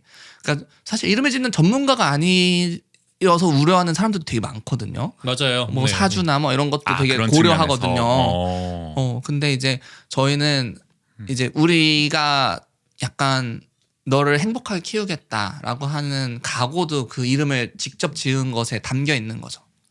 근데 듣고 보니까 진짜 이름 짓는 게 너무 특별한 순간이라는 생각이 들고요. 그렇죠. 진짜 근데 그거 할 때 말씀하신 그런 고민이 다 들 수밖에 없을 것 같아요. 이 아이에 대한 어떻게 키울 것인가가 사실 이름에 다 담겨 있는 거니까. 네네. 너무 중요한 순간이니까. 그러니까 뭐 그 아까 말씀하셨던 여러 가지 방법들도 어쨌든 그 아이를 키우는 관점이 담기는 거잖아요. 그러니까 뭐 장명수에서 하더라도 이 아이의 어쨌든 운명이라든지 이런 것들을 생각하기 때문에 장명수에서 짓는 그러니까. 걸 거고. 독립된 우리 국가 조선의 국호를 어떻게 정할 것이냐 새로. 이럴 때 나라의 정체성부터 앞으로의 100년 대계 이런 게 다 정해지는 거 아닙니까? 그쵸. 확 이해가 됐어요. 네. 뭐 슈아도 마찬가지였나요? 그러니까 어떠셨어요 그게 기조가? 그럼 기조와도 연결된다라고 생각하는 게 뭐냐면은 그 슈아의 이름은 엄마가 이미 예전부터 지어놨던 이름이에요. 아 여기는 그러니까 오히려 내려온 게 있었군요. 아니 그러니까 그게 아니에요? 슈아 엄마가 그러니까 저희 짝꿍이 네. 이미 마음속에 다 정해놓은 게 있었군요. 그래가지고 이미 정해져 있던 이름이 있어. 어. 그 누구도 건들지. 이미 태어나기 전부터 예정되어 그거는 있었던. 신성 불가침의 영역이고. 네네. 그러니까 그래서 남자아이든지 여자아이든지 관계없이 첫째 아이는 슈아다. 아. 이게 정해져 있어가지고. 근데 그게 조금 더 저희 육아의 그 퍼센테이지라고 할까요? 기조와도 연결되는 게 저는 조금 더 그 저희 아내의 그 기조를 맞춰주는 편이에요. 그러니까 아까 루틴이라든지 뭐 그런 것들도 그렇고 되게 조금 더 큰 방향성에서의 그 결정들을 존중해주고 저는 그 가운데서 제가 같이 슈아와 할 수 있는 것들 아니면 그런 것들을 좀 맞춰주는 서포터. 편이어가지고 네 어떻게 보면은 수행자. 적극적으로 네 서포터이자 실행은 제가 하는 약간 원딜을 의심하지 않고 네. 원딜이 다 큰 뜻이 있겠지 네. 하면서 서포터는 그저 원딜을 받쳐주는 집행부. 역할이다. 어떻게 보면은 그러니까 맞네 집행부 역할이다. 기재부가 계획을 세우면 그걸 추호도 의심하지 않고 아 그건 안 좋은 거잖아. 좋은 쪽으로 좀 비유해주죠. 좋은 쪽으로. 그래도 아니 기재부가 잘하면은 국가가. 이론상으로 네. 이론적으로 좋은 거. 네. 맞아요. 그러니까 그렇게 저희는 육아의 기조를 보통 그렇게 맞춰가는 편이어가지고 그러니까 이름도 그렇게 좀 오. 맞췄었죠. 요거 그러면은 뭐 약간 여담이지만은 저는 이제 두 분의 어떤 아내분의 어떤 기조도 나름 있을 거 아니에요. 어쩐데 뭐 일단은 뭐 국인 씨 얘기 나왔을 거. 아내분은 그럼 원래부터 이런 게 옛날부터 생각이 있었던 걸까요? 이런 육아에 대한 기조 확고한? 근데 약간 그 뭐 그런 자기 성향 때문에도 그런 게 있는 것 같기도 하고 그리고 뭐 근데 이름은 특히 더 약간 제 이름도 좀 특이한 편이잖아요. 근데 아이프 이름은 좀 평범한 이름이어서 본인이 항상 불평을 해요. 내 이름은 너무 평범하다. 아 그거에 대한 원래 불만이 좀 있으셨군요. 네. 그래서 슈아의 이름은 그래서 조금 더 이렇게 좀 돋보일 수 있는 약간 그런 쉽게 이름으로. 잊혀지지 않는 네. 아주 강렬한 이름. 그래서 보통 이렇게 그 성경에서 이름을 따와도 슈아가 아니라 수아로 많이 지어요. 보통 맞아요. 우리나라에서는 굉장히 많죠. 네, 그래서 네, 수아가 수아라는 많은데 근데 이름을 슈아라고 꼭 지은 게 이렇게 조슈아로 연결되는 그 의문과 수아는 너무 평범하다. 그렇지, 맞아. 약간 그것도 같이 이유가 있거든요. 아 그러면은 이름을 고민하실 때 우리 아이는 조씨일 거다라는 걸 가정을 하시고 고민하신 거네요. 네, 저랑 이제 만나는 과정에서, 그 과정에서. 네. 만나는 과정에서 이미 그거는 다 네. 머릿속에, 계획이 되어 있어. 계획을 세우셨던 거고. 약간 인류 보완 계획처럼. 네. 그렇기 때문에 어떻게 해서든 아이를 한 명 이상은 낳았어요. 원래 그때 더 많이 나오실 생각이셨잖아요. 맞아요. 계획은 원주시 다자녀 양육 지원 정책 다 받으실 생각이었잖아요. 4명까지를 계획을 그러니까. 했고 와. 실제로 아이의 이름은 3명까지 지금 이미 다 벌써 내정이 돼 있구나. 있긴 한데 아. 아마 공석이구나. 나머지 두 아이 이름은 조카에게 주거나 야. 어디로만 간다. 네 아직 계획은 없기 때문에 부부가 육아 방식을 협의하는 과정.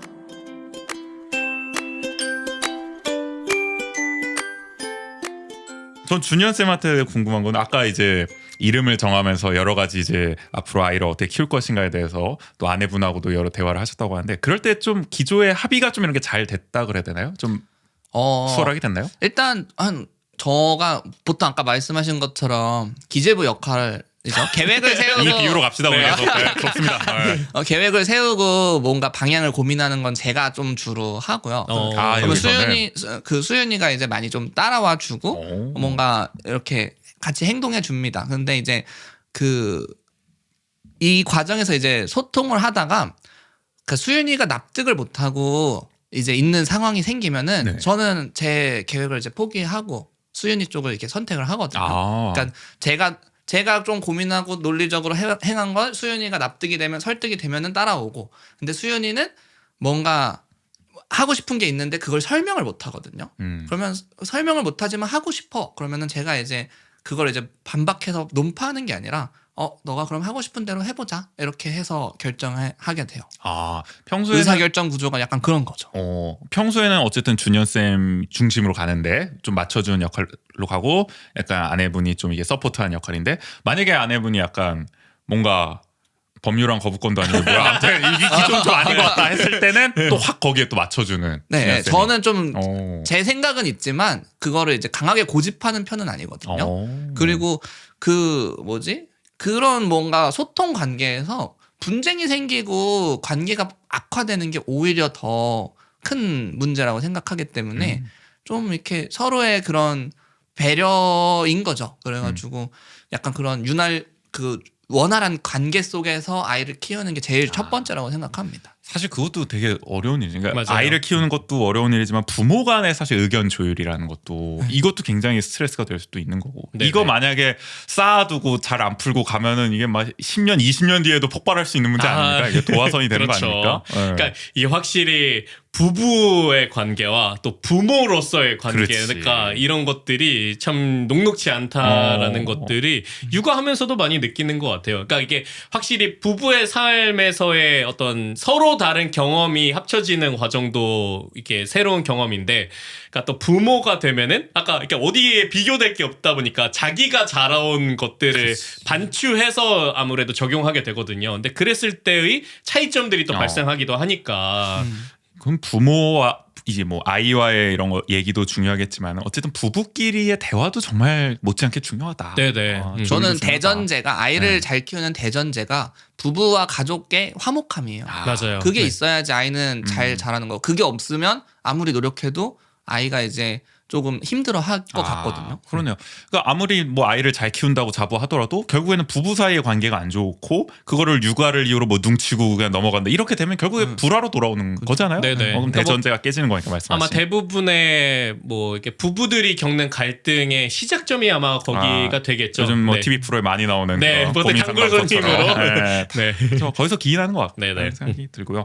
요거 뭐 하나 저 궁금한 게 이게 예전에는 그랬습니다. 우리 전통적인 약간 가부장 중심적인 약간 이 우리 아버지와 어머니 상을 생각해보면 약간 역할 분담이 돼야 된다 그럴까요? 아버지가 약간 배드캅 역할을 해서 하거나 아니면 어머니가 약간 국캅 역할을 하고 약간 이렇게 두 분이 약간 역할 분담을 하는 경우도 있었는데 이게 뭐 의식적으로 그런 건지 모르겠지만 자연스럽게 그래 되는 경우가 있었잖아요.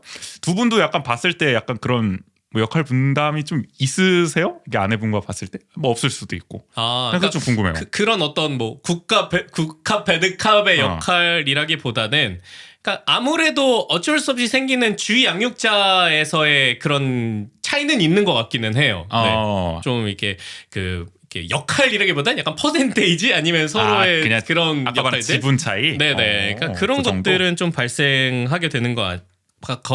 그다음에 상황마다 좀 다른. 그러니까 어떨 때는 제가 굉장히 좀 엄격하게 하는 경우도 있고, 아니면은 어떨 땐 또 와이프가 엄격하게 하는 경우도 있고. 그래. 그러니까 그게 문제네요. 훈육을 누구 일방이 계속 담당하게 되면은 이것도 사실 문제가 되는 거잖아요. 네네. 그러니까 부모, 그렇죠. 부모가 그래서 책임감 있게 그 훈육도 나누고 이래야 되는 건데 맞아요. 안 그런 가정도 사실 많으니까 네. 뭐 한쪽으로만 이렇게 원망이 쏠리게 되는 거일 수도 있고 한쪽은 아예 무관심이 돼버리는 경우가 생길 수도 있는 거고 부모 중 그런 거는 근데 어쨌든 두 분 같은 경우에는 뭐 분담이 잘 되고 있다. 밸런스를 중요하게 생각하는데 또 주변에서 보면 또 안 그러신 분들도 계시긴 하거든요. 안 그렇다면은 뭐 어떤 그러니까 뭐 약간 개인적으로? 역할을 훨씬 더 분리해서 일부러 네, 하시는 분들도 여전히 좀 보여가지고 내가 막 훈육을 담당할게 약간 이런 식으로. 약간 뭐 그렇게 되기도 하더라고요. 이것도 약간 성향 차이라고 볼 수 있을 것 그럴 같고. 수도 있지 않을까 싶어요. 네. 근데 정말 가정마다 분위기는 너무너무 다른 것 같고 그렇지 맞아. 뭐 일반화하기도 참 어렵고 이게 나도 모르는데 음. 짝꿍이라고 하는 또 타인과 함께 사는 것도 미지의 것인데 맞아. 거기에 뭐 새로운 새 맞아. 생명 네. 같이 키우는 이게 진짜 그러니까 인생 컨텐츠 중에 제일 상위 컨텐츠가 아닐까. 그리고 이거는 그러니까 뭐 그렇죠. 육아라는 것도 사실 뭐 100명 있으면 100가지 육아법이 있는 네네. 거고 정말 육아라는 건 좀 훈수가 정말 성립할 수 없는 영역인 것 같다는 생각도 들고요. 뭐 조언이나 뭐 이런 거는 일반적으로는 가능하겠지만은 네. 다 그 각자 그렇죠. 내부의 맥락이 있으니까. 그러니까 그래서 뭐 초반에 조금 갈등 아닌 갈등을 겪었던 것 중에 하나는 어쨌든 부모님들도 부모님의 경험이 있으시니까 그렇지. 맞아. 그랬을 때 많이 막 조언을 해주시거나 이랬었는데, 그러니까 그것 중에 하나가 아이를 따뜻하게 계속 키워야 된다. 아 맞아. 따뜻하게 몸을 라고 그랬는데 아이가 막 열꽃이 막 나는 거예요. 그 정도로? 그러니까 막 이렇게 났는데, 그러니까 알고 보니까 우리 집이 이미 충분히 따뜻한데 거기서 더 따뜻하게 하다 보니까 이게 너무 과했던 거죠. 그러니까 약간 그런 차이, 약간 환경에 따른, 그러니까 오히려 약간 선선하게 키워야 되는 건데 원래 제 신생아들은 좀 열이 좀 있다 보니까. 그러니까 약간 그 어른들도 본인 또 어릴 때 육아하던 그거를 또 접목하게 네네. 되니까 본인 경험을 또 끌고 올 수밖에 없는 거잖아요. 마찬가지로. 맞아요. 네. 그러다 보면 이런 일이 벌어질 그런 수 있다는 것들. 생각이 그리고 들고요. 뭐 제가 그 막 어릴 때 엄청 많이 막 놀라고 네. 막 많이 울고 그랬어요. 근데 그때 이제 먹였던 약이 있는데 그러니까 막 슈아가 막 힘들어하고 막 울고 그럴 때 그 약을 조금 이렇게 구해서 먹여보면 어떻겠느냐 이랬는데 그 약이 이제 안 나오는 거예요. 단종됐구나. 네, 근데 그 이유가 뭐 그때 당시의 기준과 지금의 기준이 지금이 이렇게 엄격해졌구나. 제약 기준이 훨씬 엄격해져서 이제 안 나오는 그럴 약이거나 수 뭐 있죠. 그런 것들도 있고. 네. 이게 약에 대한 신뢰는 진짜 오래 가거든. 한번 내가 나왔으면 네. 이걸로. 그러니까 그런 차이들도 있고 이래서 확실히 그런 이게 조언으로 해주시는 것들에서 어디까지 좀 받아들일 수 있을지에 대한 부분도 좀 고민이 되는 순간들도 있었고요. 저도 고민 있으세요? 아니 이거? 부모님이 도움이 될 줄 알았는데 도움이 안 돼. 아니, 또 역으로 왜냐면 키워보셨으니까 나를 키워주셨으니까 그래도 나도 나름 또 잘 컸다 생각해갖고 부모님의 덕으로 그래서 물어보면은 뭐 오래돼서 기억을 못 하시는 것도 있겠지만 그것보다 일단 그 세상이 많이 변해가지고 네네. 육아 맞아. 방식이라고 하는 게 또 바뀌고 이게 저도 이제 몰랐는데 매년 의사들이 이제 지정하는 그런 권고 양육 지침 같은 게 있거든요. 그게 뭐 양육 지침이 공식적으로. 그러니까 뭐 예를 들면 몇 개월에 이유식을 어떻게 뭘 먹일 수 있고 뭐 이런 것들 이제 의사들이 하는데 아까 그 네. 국인 씨 아내분께서 참고한다는 약간 그런 느낌. 그런 지침이 굉장히 중요하거든요. 지침이 있어요. 있어. 지침 사항이 매년 바뀌거든요. 그래서 작년까지는 죽을 먹이면 안 됐는데 죽을 먹였어야 되는데 의사 선생님이 올해부터는 밥을 먹여도 돼요. 아니 뭐 그 정도로 무슨 올해 뭐 컬러도 아니고 그 정도로 변동이 심하다고요? 그러니까 제 정도야? 생각에 그러니까 그런 오, 것들이 좀 신기하다. 있긴 있어요. 되게 막 또 매년 달라지기도 하고 아니면 아예 성장이라든지 그런 게 좀 차이가 나기도 뭐 전문가분들이 하고. 다 분석해서 네네. 한 결과 네. 모르겠죠. 네. 신기하네. 뭐 그런 게 이제 저희는 되게 처음에는 되게 열심히 챙겼는데 그래서 언제부터는 가만히 냅둬도 잘 크니까. 그죠. 뭐 초반에는 이제 모를 때는 약간 그런 게 도움이 되기도 하고. 그쵸. 맞아요. 하여간 그런 차이들? 재밌습니다. 두 분이 진짜 묘하게 다르면서도 비슷하다는 것을 갈수록 좀 느끼게 되는 것 네. 같고 막바지 국면으로 갈게요. 아이가 어떤 어른이 되길 바라나요?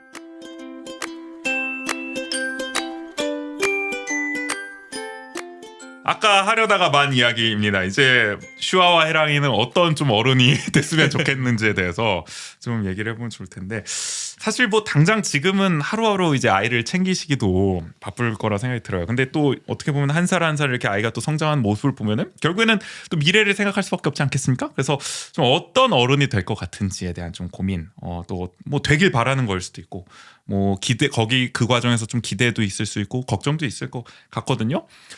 좀 어떠세요? 먼저 하실래요, 저요? 씨? 네. 슈아는 저는 어떤 어른 될 것 같으세요? 아까 얘기했던 어디에서나 이렇게 본인의 색깔을 계속 간직할 수 있는 그런 사람이 되었으면 하는 바람은 있는데 네. 그러다 보니까 이제 어린이집도 다니고 이러면서 느꼈던 거는 그러면서 겪게 되는 어떤 관계를 이 아이가 잘 좀 풀어갔으면 좋겠다. 인간관계. 네, 왜냐면은 자칫 잘못하면 자기 색깔을 드러낸다라는 게 독선적이거나 독단적으로 잘할 수도 있잖아요. 우리 한국 사회에서는 또 아주 네. 아시죠, 여러분 무슨 말인지. 그러니까 이거 뭐 피곤해집니다. 주변에서도 그렇고 아니면 본인이 너무 본인 잘난 맛에 뭐 아니면 본인의 것만 이제 중시하다 보면은 겪게 되는 관계에서의 어려움들이 그렇죠. 생길 수 있다 그게 보니까 또 많은 오해를 낳게 되잖아요. 네네. 우리 그러니까 교실에서는. 그럼 그 그 적절한 선을 잘 지켜줄 수 있게끔 그건 내가 도와야 될 역할이겠다라는 생각이 좀 드는 거죠. 그래서 그런 부분은 그래서 슈아가 어린이집을 다니고부터는 부쩍 조금 더 그런 관계에 대한 어떤 얘기들을 뭐 저희 와이프도 그렇고 저도 그렇고 슈아에게 많이 해주고 있는 편이긴 한데 슈아한테도 직접 그런 얘기를 하세요? 네네. 뭐 슈아야 뭐 이렇게 나누는 뭐 즐거움이라든지 그러니까 뭐 그런 것들부터 시작해가지고 좀 그런 것들을 많이 얘기해주고 있기는 한데 그래서 그런 아이로 좀 자라줬으면 하는 바람은 있죠. 네. 해랑이는 좀 어떤 어른이 되길 바라세요? 해랑이가 이름의 뜻이 바다의 파도라는 뜻이거든요. 그런데 이제 바다의 파도라는 이름을 지을 때 우리가 바람을 담았던 건 이제 그 풍파, 이렇게 바다의 파도는 이렇게 강하게 불기도 하고 약하게 불기도 하고 그게 이제 어떤 게 진짜 그냥 파도라고 부를 수 있는지 이런 것도 잘 모르지만 이제 강한 파도여도 멀리서 보면은 되게 그냥 잔잔하게 보이잖아요. 그래서 그쵸. 이제 살아가면서 이제 좋은 일, 어려운 일 잔뜩 있겠지만 마음이 평온하게 살아라 이런 뜻으로 지었거든요. 그래서 좀 그런 아이로 성장했으면 좋겠고, 저는 이제 좀 관계 얘기를 말씀을 하셨는데 관계에서 조금 더 이 세상을 혼자 살아가는 게 아니라 약간 함께 공동체로 그러니까 협동하면서 조금 이렇게 다 함께 살아갈 수 있는 세상을 반길 수 있는 아이였으면 좋겠어서 네. 그런 뭔가 사람들을 많이 만나고 그리고 그 사람들을 위해서 살아갈 수 있는 뭔가 그런 따뜻한 아이가 되었으면 하는 바람입니다. 두 분이 약간 결이 비슷한 것 같습니다. 어쨌든 맞아요. 관계 약간 속에서 뭔가 맺어지는 좀 그런 목적은 다르지만 수단은 같은 느낌인가? 아니면 목적은 같은데 수단이 다른. 뭐 어쨌든 경로는 비쌉니다. 맞아요. 근데 참 그런 게 해랑이를 보면 항상 이렇게 되게 듬직하다. 듬직하다. 네, 그런 생각이 그냥 들어요. 이렇게 근데 무슨 보면서도 느낌인지 알 것 그렇고. 같아요. 네. 근데 실제로 네. 수윤이가 해랑이를 되게 듬직하게 여기거든요. 그게 이렇게 뭐랄까? 이게 되게 거꾸로 됐는데 수윤이를 되게 걱정해요 해랑이가. 역으로 네, 다칠까봐. 이건 진짜 반대인데? 반대로 돼버렸는데?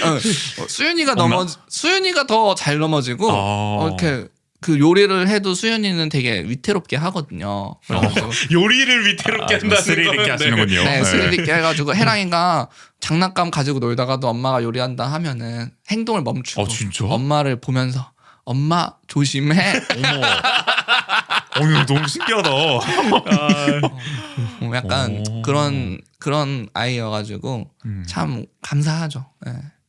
이 에피소드가 근데 너무 재밌네. 맞아요. 그러니까 이게 상당히 잘 안 돼요. 그러니까 쉽게 들을 수 없는 사례여가지고. 근데 사실 뭐 인간 관계 하면은 어쨌든 이제 곧이 아닌가? 저 초등학교를 언제쯤 들어가시는 거죠? 그러면 이제 한 4년 남았죠? 그래도 한 4년 정도 나왔군요. 그래서 약간 당장은 사실 그것도 뭐 걱정이자 기대이자 좀 그럴 것 같아요. 학교에 네네. 입학하고 거기서부터 이제 진짜로 인간 관계의 진 면목을 이제 맛본다. 아무튼 펼쳐지는 거잖아요.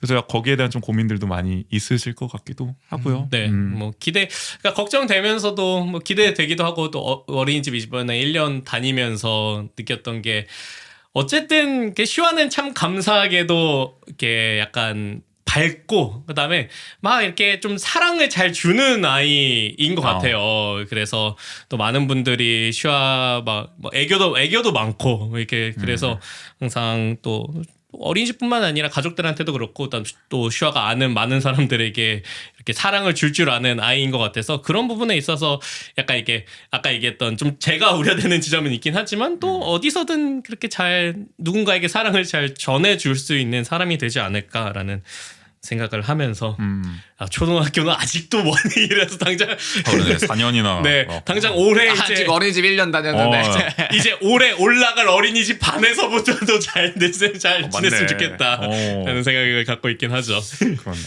하지만 사모님께서는 이미 다 계획이 있으실지도. 이미 철저하게 다 5개년 계획 이미 다 세워졌다니까요. 멀리 내다보고 계십니다. 마무리 국면에서 근데 이것도 하나 궁금한 게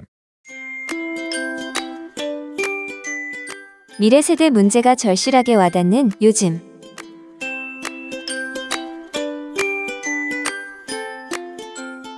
예전에 국인 쌤이 사석에서 그런 얘기를 했던 것 같기도 한데, 그러니까 이제 내가 잘 키우는 것도 있고 부모가 잘해야 되고 가정에 잘해야 되는 것도 있지만 이 세상이 너무 험하다. 아까 뭐 맞아요. 악의에 네. 대해서도 얘기를 해주셨지만 그것도 하나 사실 고민일 것 같다는 생각이 들고, 이거는 내가 사실 컨트롤할 수 있는 부분은 아닌 거잖아요. 그렇죠. 거기에 대한 좀 고민도 좀 있으실 것 같다는 생각이 들거든요. 얼마 전에 들었던 생각인데 네. 저 때는 저 한 5살 때부터 혼자 나가 놀았거든요. 그 당시에. 그러면 이제 벌써 해랑이 다음 한 살 더 먹으면 그렇네. 놀이터 혼자 갈 수 있단 말이야. 맞네요. 네. 근데 이제 그 당시에 이제 부모님의 마음을 다시 한번 좀 공감해 보려고 하면, 이해해 보려고 하면, 핸드폰 없지? 아이하고 연락할 수 있는 수단은 없지만 아이가 밖에 나가서 혼자 노는 것을 이제 믿어 돌아올 것이라는 것을 믿어 의심치 않았잖아요. 이 믿음의 힘으로 아이를 생각해보면 그래. 우리 아이는 대단한 거야. 돌아올 거야. 반드시.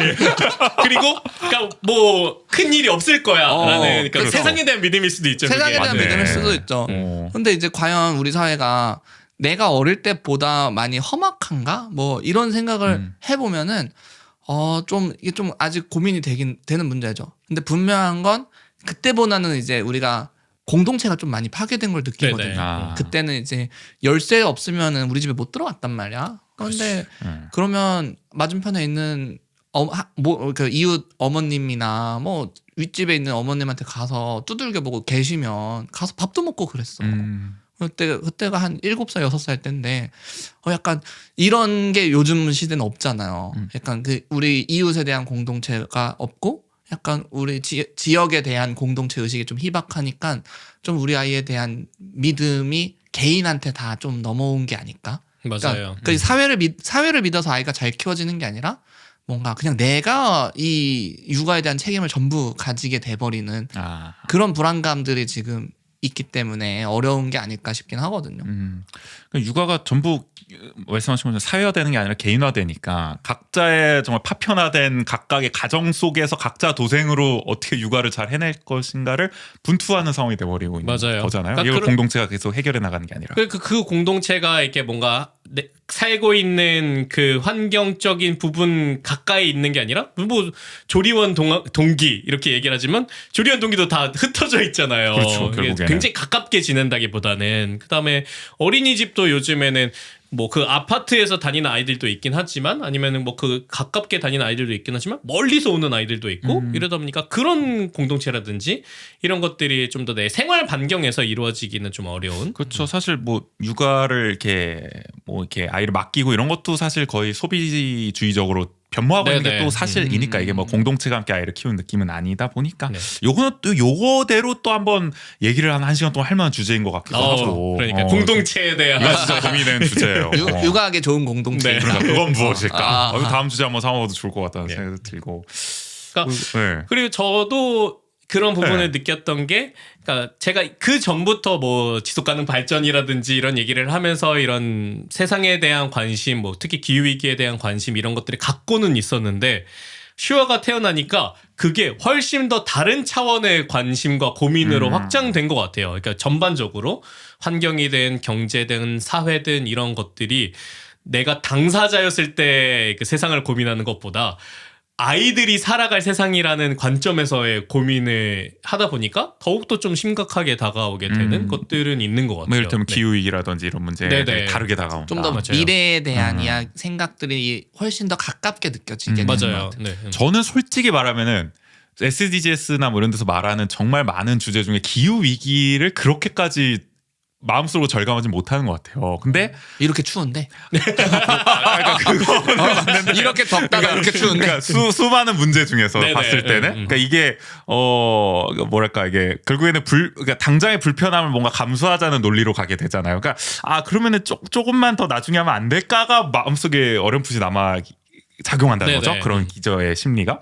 근데 사실 두 분 같은 경우에는 그게 당면한 문제로 확실하게 또 느껴질 것 같다는 그렇죠. 생각이 들거든요. 맞아요. 저도 확실히. 그러니까 비슷하게 인식을 하다가 이게 더 심각해진 거죠. 그러니까. 나에게 있어서는. 그게 확실히 좀 다를 것 같다라는 생각. 아빠가 됐을 때. 약간 20년이 당겨진 것 같아요. 그러니까 뭐 우리 애가 태어나면 이제 성인이 됐을 이렇게 성장을 해서 어떤 아이가 되는가도 이제 육아의 되게 중요한 점이잖아요. 그렇죠. 당장의 육아가 그거에 대해서 좀 미래를 내다보는 투자인 거잖아요. 맞아요. 약간 그러다 보니까 우리 아이가 20년 후에는 어떤 모습일까? 그때는 기후 위기가 당장이겠지.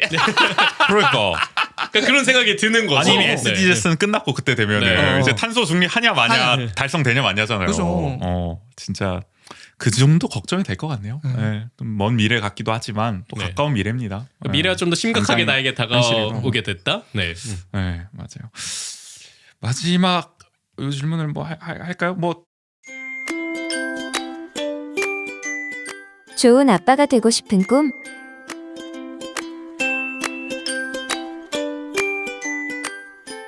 두 분은 어쨌든 뭐 지금까지 이야기해서 다 드러나긴 했지만 어쨌든 좋은 아빠가 되고 싶으신 거죠? 결론적으로? 저는 예. 초등학교 때 장래 희망이 아빠였어요.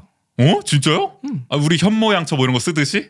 현모양처? 그렇게 쓰는 뭐 경우도 그런 경우도 그게 있잖아요. 약간 밈처럼 막. 있어 옛날에. 네. 나는 아, 그래요? 옛날에 현모양처럼 쓰는 사람도 있었다. 그래서 저는 다른 친구들이 이제 소방관, 뭐 우주비행사, 근데 막 솔직히 이런 우리 시대 때 그렇긴 했지. 현모양처 쓰는 사람 그때도 말도 안 된다 그랬지. 대통령 뭐 이런 거 쓰고 막 그랬었을 때 저는 아빠라고 썼거든요. 아, 그게 어떤 의미가 있었을까요? 그러니까 저는 그때 어린 아이들도 되게 아기들을 되게 좋아하기도 했었고 내가 살면서 뭐 어떤 직업을 갖던 아빠는 되겠다라는 생각을 했었거든요. 아 그때부터. 네, 그래서 아빠가 되고 싶다. 그리고 가정을 이루고 아이를 키우고 이런 것을 되게 꿈꿔왔었었고 그런 생각이 진짜 농담이 아니라 저는 살아오면서 되게 다른 선택들을 되게 많이 했었는데 그거의 근간이 되는 게 내가 좋은 가정을 꾸릴 수 있는가가 되게 중심이 됐거든요. 그러니까 직업을 고를 때도 그렇고 뭔가 그 청소년기에도 그래서 아빠가 되기 위한 노력을 많이 했던 것 같아요. 초등학생 때부터 생각했었다는 거죠? 제일 처음 기억나는 게 딱 그거였어요. 초등학교 때 저는 아빠를 장례로 쓴 사람은 지금 처음 네. 들은 것 같아서 그래서 너무 신기해요. 아마 요즘 저출산 시대에 네. 저는 좀 이례적인 표본이지 않을까. 그러니까요. 정말 이례적인 거죠. 이거는 엠버서더로 요즘 같으면 지역 신문에 기사 날 수 있을 정도의 거꾸로 된 장면이에요. 거죠. 이제 야. 뭔가 이렇게 다른 아기를 낳기 위해서 뭔가 낳는 게 아니라 저는 아기를 낳기 위해서 살아왔으니까. 똑같은 말을 반복하지 아니, 않으시고 제가 그 가벼운 질문이라고 생각했는데 네. 이게 거의 20년의 어떤 세월을 장기 뛰어넘는 프로젝트로. 프로젝트였다는 걸 알게 되니까 갑자기 가슴이 웅장해지는 것 같기도 하고 하여간 얼마나 좋은 아빠 되게 진심인지를 너무 세상 보람찹니다. 그래서 느끼게 요즘. 되는 것 같아요. 네. 일생의 꿈이셨나요? 아빠가 된 게 국인 씨도? 저도 그래야 될 것만 닮아쳐야 될 것 같은. 같은 느낌인데 그건 아니셨죠?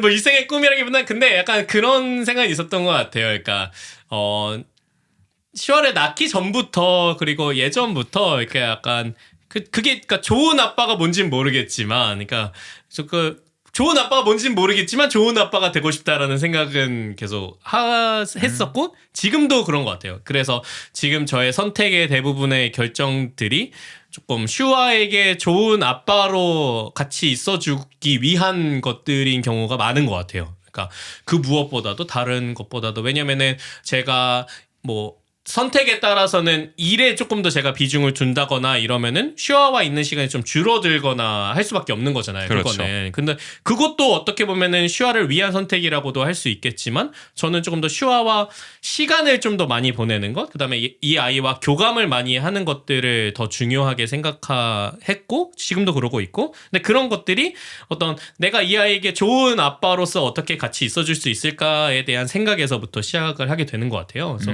아직까지도 뭔가 좋은 아빠란 무엇일까라는 고민은 계속 갖고 있기는 하지만 지금은 약간 조금 더 친구 같은 사람, 그러니까 좀 굉장히 가깝게 신뢰할 수 있는 사람으로서 내가 어떻게 같이 있을 수 있을까라는 생각을 많이 해서 요즘에는 그래서 약간 그런 것들에 대한 고민을 많이 하는 것 같아요. 그러니까 뭔가 아빠는 이래야 돼라는 생각들을 조금 많이 걷어내려고 하는 뭐 것들. 이런 고정관념이랄까요? 약간 네네. 전형적인 그런 틀에서는 벗어나고 맞아요. 싶다. 그래서 슈아와 공주놀이도 막 재밌게 하고 그다음에 슈아가 걸그룹 댄스를 추면 같이 댄스도 추고. 그때 슈아는 트렌드가 계속 바뀌어가지고 네. 아주 유연하게 적응하셔야 될 것 같아요. 그걸 그렇기 때문에 고정관념을 가질래야 가질 수 없는 것도 있는 것 같기도 하고요. 유행에 민감하군요. 네. 와.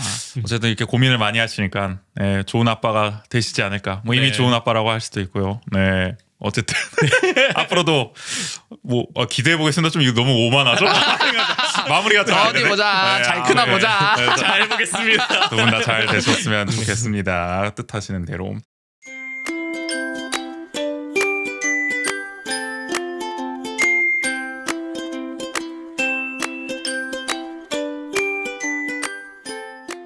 여기까지 오늘 투파더스 첫 시간 아빠 차이가 만드는 아이 차이를 주제로 이제 나눠봤고 이런 식으로 육아 이야기 앞으로 나눌 예정입니다. 주제가 뭐 무궁무진하지 않겠습니까? 사실 이게 아예 육아하면. 네. 프로그램으로 편성이 된 건가요? 그거 안 해요? 섭외할 때 말씀 안 했어요? 아니 우리 고정 코너로 섭외한 거 아니었어요? 그렇죠. 네. 앞으로 육아 그러면 얘기를. 채널이 이제 유튜브에 채널 따로 또 있는 거네요. 푸툭바더스라는 프로그램이. 이게 저희 이제 완전 코너로 고정 코너로 이제 아마. 업로드화 될 예정이라서 종종 모시게 될 것 같습니다. 네. 반갑습니다. 좋습니다. 이게 즉석으로 또 이렇게 섭외하는 이게 섭외가 근데 다 얘기가 된 줄 알았는데. 예전부터 네. 얘기를 종종 꺼내긴 했어요. 부상은 뭔가 이야기를 하셨군요. 이렇게 음. 아빠들의 얘기를 하고 맞아요. 싶다. 네, 그렇게 얘기는 꺼냈어가지고. 네. 그래서 좋습니다. 반가운 소식이네요. 네. 어디서 이렇게 수다 떨 기회가 많이 없는데. 그러니까 육아 관련해서는 그냥 여기서 실컷 한번 얘기하고 가신다라고 생각하시면 될 것 같아요. 나중엔 사진도 좀 뽑아오고 패드도 좀 갖고 오고 해야겠네요. 좋죠. 네. 좋습니다. 네, 다양한 자료. 약간 이런 거 함께. 어때? 우리 애기는 뭐뭐 했다 해가지고 탁 뜯으면 약간 옛날 스펀지처럼. 네.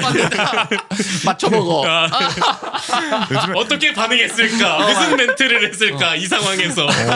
되게 예능화되는 네. 우리 기대가 됩니다. 다양한 아이디어가 또 나올 수 있을 것 같고 하여간 뭐 이게 아이와 아빠의 좀 공동 성장기를 좀 함께 기록하는 느낌으로 이 코너 활용해 주시면 좋을 것 같습니다. 네네. 네. 감사합니다. 좋습니다. 저도 오늘 여기서 마무리를 좀 해봐야 되고 하여간 오늘 지은 쌤 나와주셔서 감사합니다. 뭐 마지막으로 한번 소감이라도 좀 한마디 해주신다면. 제가 원주 아는 네.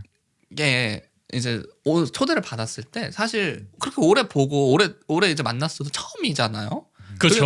네. 처음이었고 그렇죠. 저도 사실 뭐 이렇게 영상 일을 하고 있지만 출연하는 일은 진짜 많이 없고 지난번에 조국인 씨랑 같이 주시 후레쉬 그것도 봤어요. 라디오가 제 저기 라디오 인생 처음이고 이게 원더풀 두 라디오에서 번째거든요. 했던 영상미디어센터 공동체 라디오죠. 네네. 네, 그래서 또 오늘도 오면서도 좀 긴장을 하진 않았지만 좀 뭔가 이렇게 새로운 경험이어가지고 되게 기대하고 왔었거든요. 그래서 딱 이렇게 재밌게 수다 떨고 가니까 좋네요. 이게 뭔가 마치 맥주를 한 잔 마시고 가는 거 마냥. 네. 저희 지용 씨는 실제로 한잔 하면서 하자고 그랬었는데 나중에 기회가 된다면 해봐도 네. 좋을 것 같다는 생각이 듭니다. 어쨌든 오늘은 그러면 여기까지. 준현 씨와는 인사 나누도록 하겠습니다. 준현 씨 오늘 감사하고요. 안녕히 가세요. 네, 감사합니다. 풋버더스였습니다. 저희 설 연휴에는 쉬어갑니다. 여러분도 잘 쉬시고요. 네네. 저희도 잘 쉬고 오겠습니다. 2월 16일 금요일에 다시 찾아올게요. 뭐 하세요? 설 연휴에? 설 연휴는 이사 마치고 사실 정신 없으실 때인 것 맞아요. 같았는데. 근데 그래가지고 또 가족분들이 많이 뭐 오시지 않을까. 집들이 겸해서 네네. 타원주에 계시잖아요. 맞아요. 그래가지고 저는 뭐 여주에 계시긴 한데 아버지가 여주에 계시고 막 이래가지고 저희는 뭐 일가 친척 만나고 이런 거는 잘 안 해가지고 최근에는 그래서 원주에서 저도 보낼 것 같은데. 그래요? 아예 안 가세요 그러면은? 여주는 잠깐 갈 것 같기도 해요. 남양주나 여주. 네. 이런데 잠깐 가야겠다 그래도. 그래도 가야지. 아니 안 이런데. 가시면은 뭐 저희 집이라도 오셔서 그래요? 집들이 한번 네 나갈까요? 같이 네. 명절을 보내야 되지 않나. 요새는 안 가는 경우도 많아가지고. 맞아요. 근데 네. 저는 그렇게 되고 있는 것 같아요. 하여간 여러분도 설 연휴 잘 보내시고요. 어느 곳에 계시든지. 네. 새해 복도 새삼 많이 받으시길 바라겠습니다. 108회 2부는 여기서 마무리할게요. 지금까지 진행의 정재 조gin이었습니다. 모두 안녕. 안녕.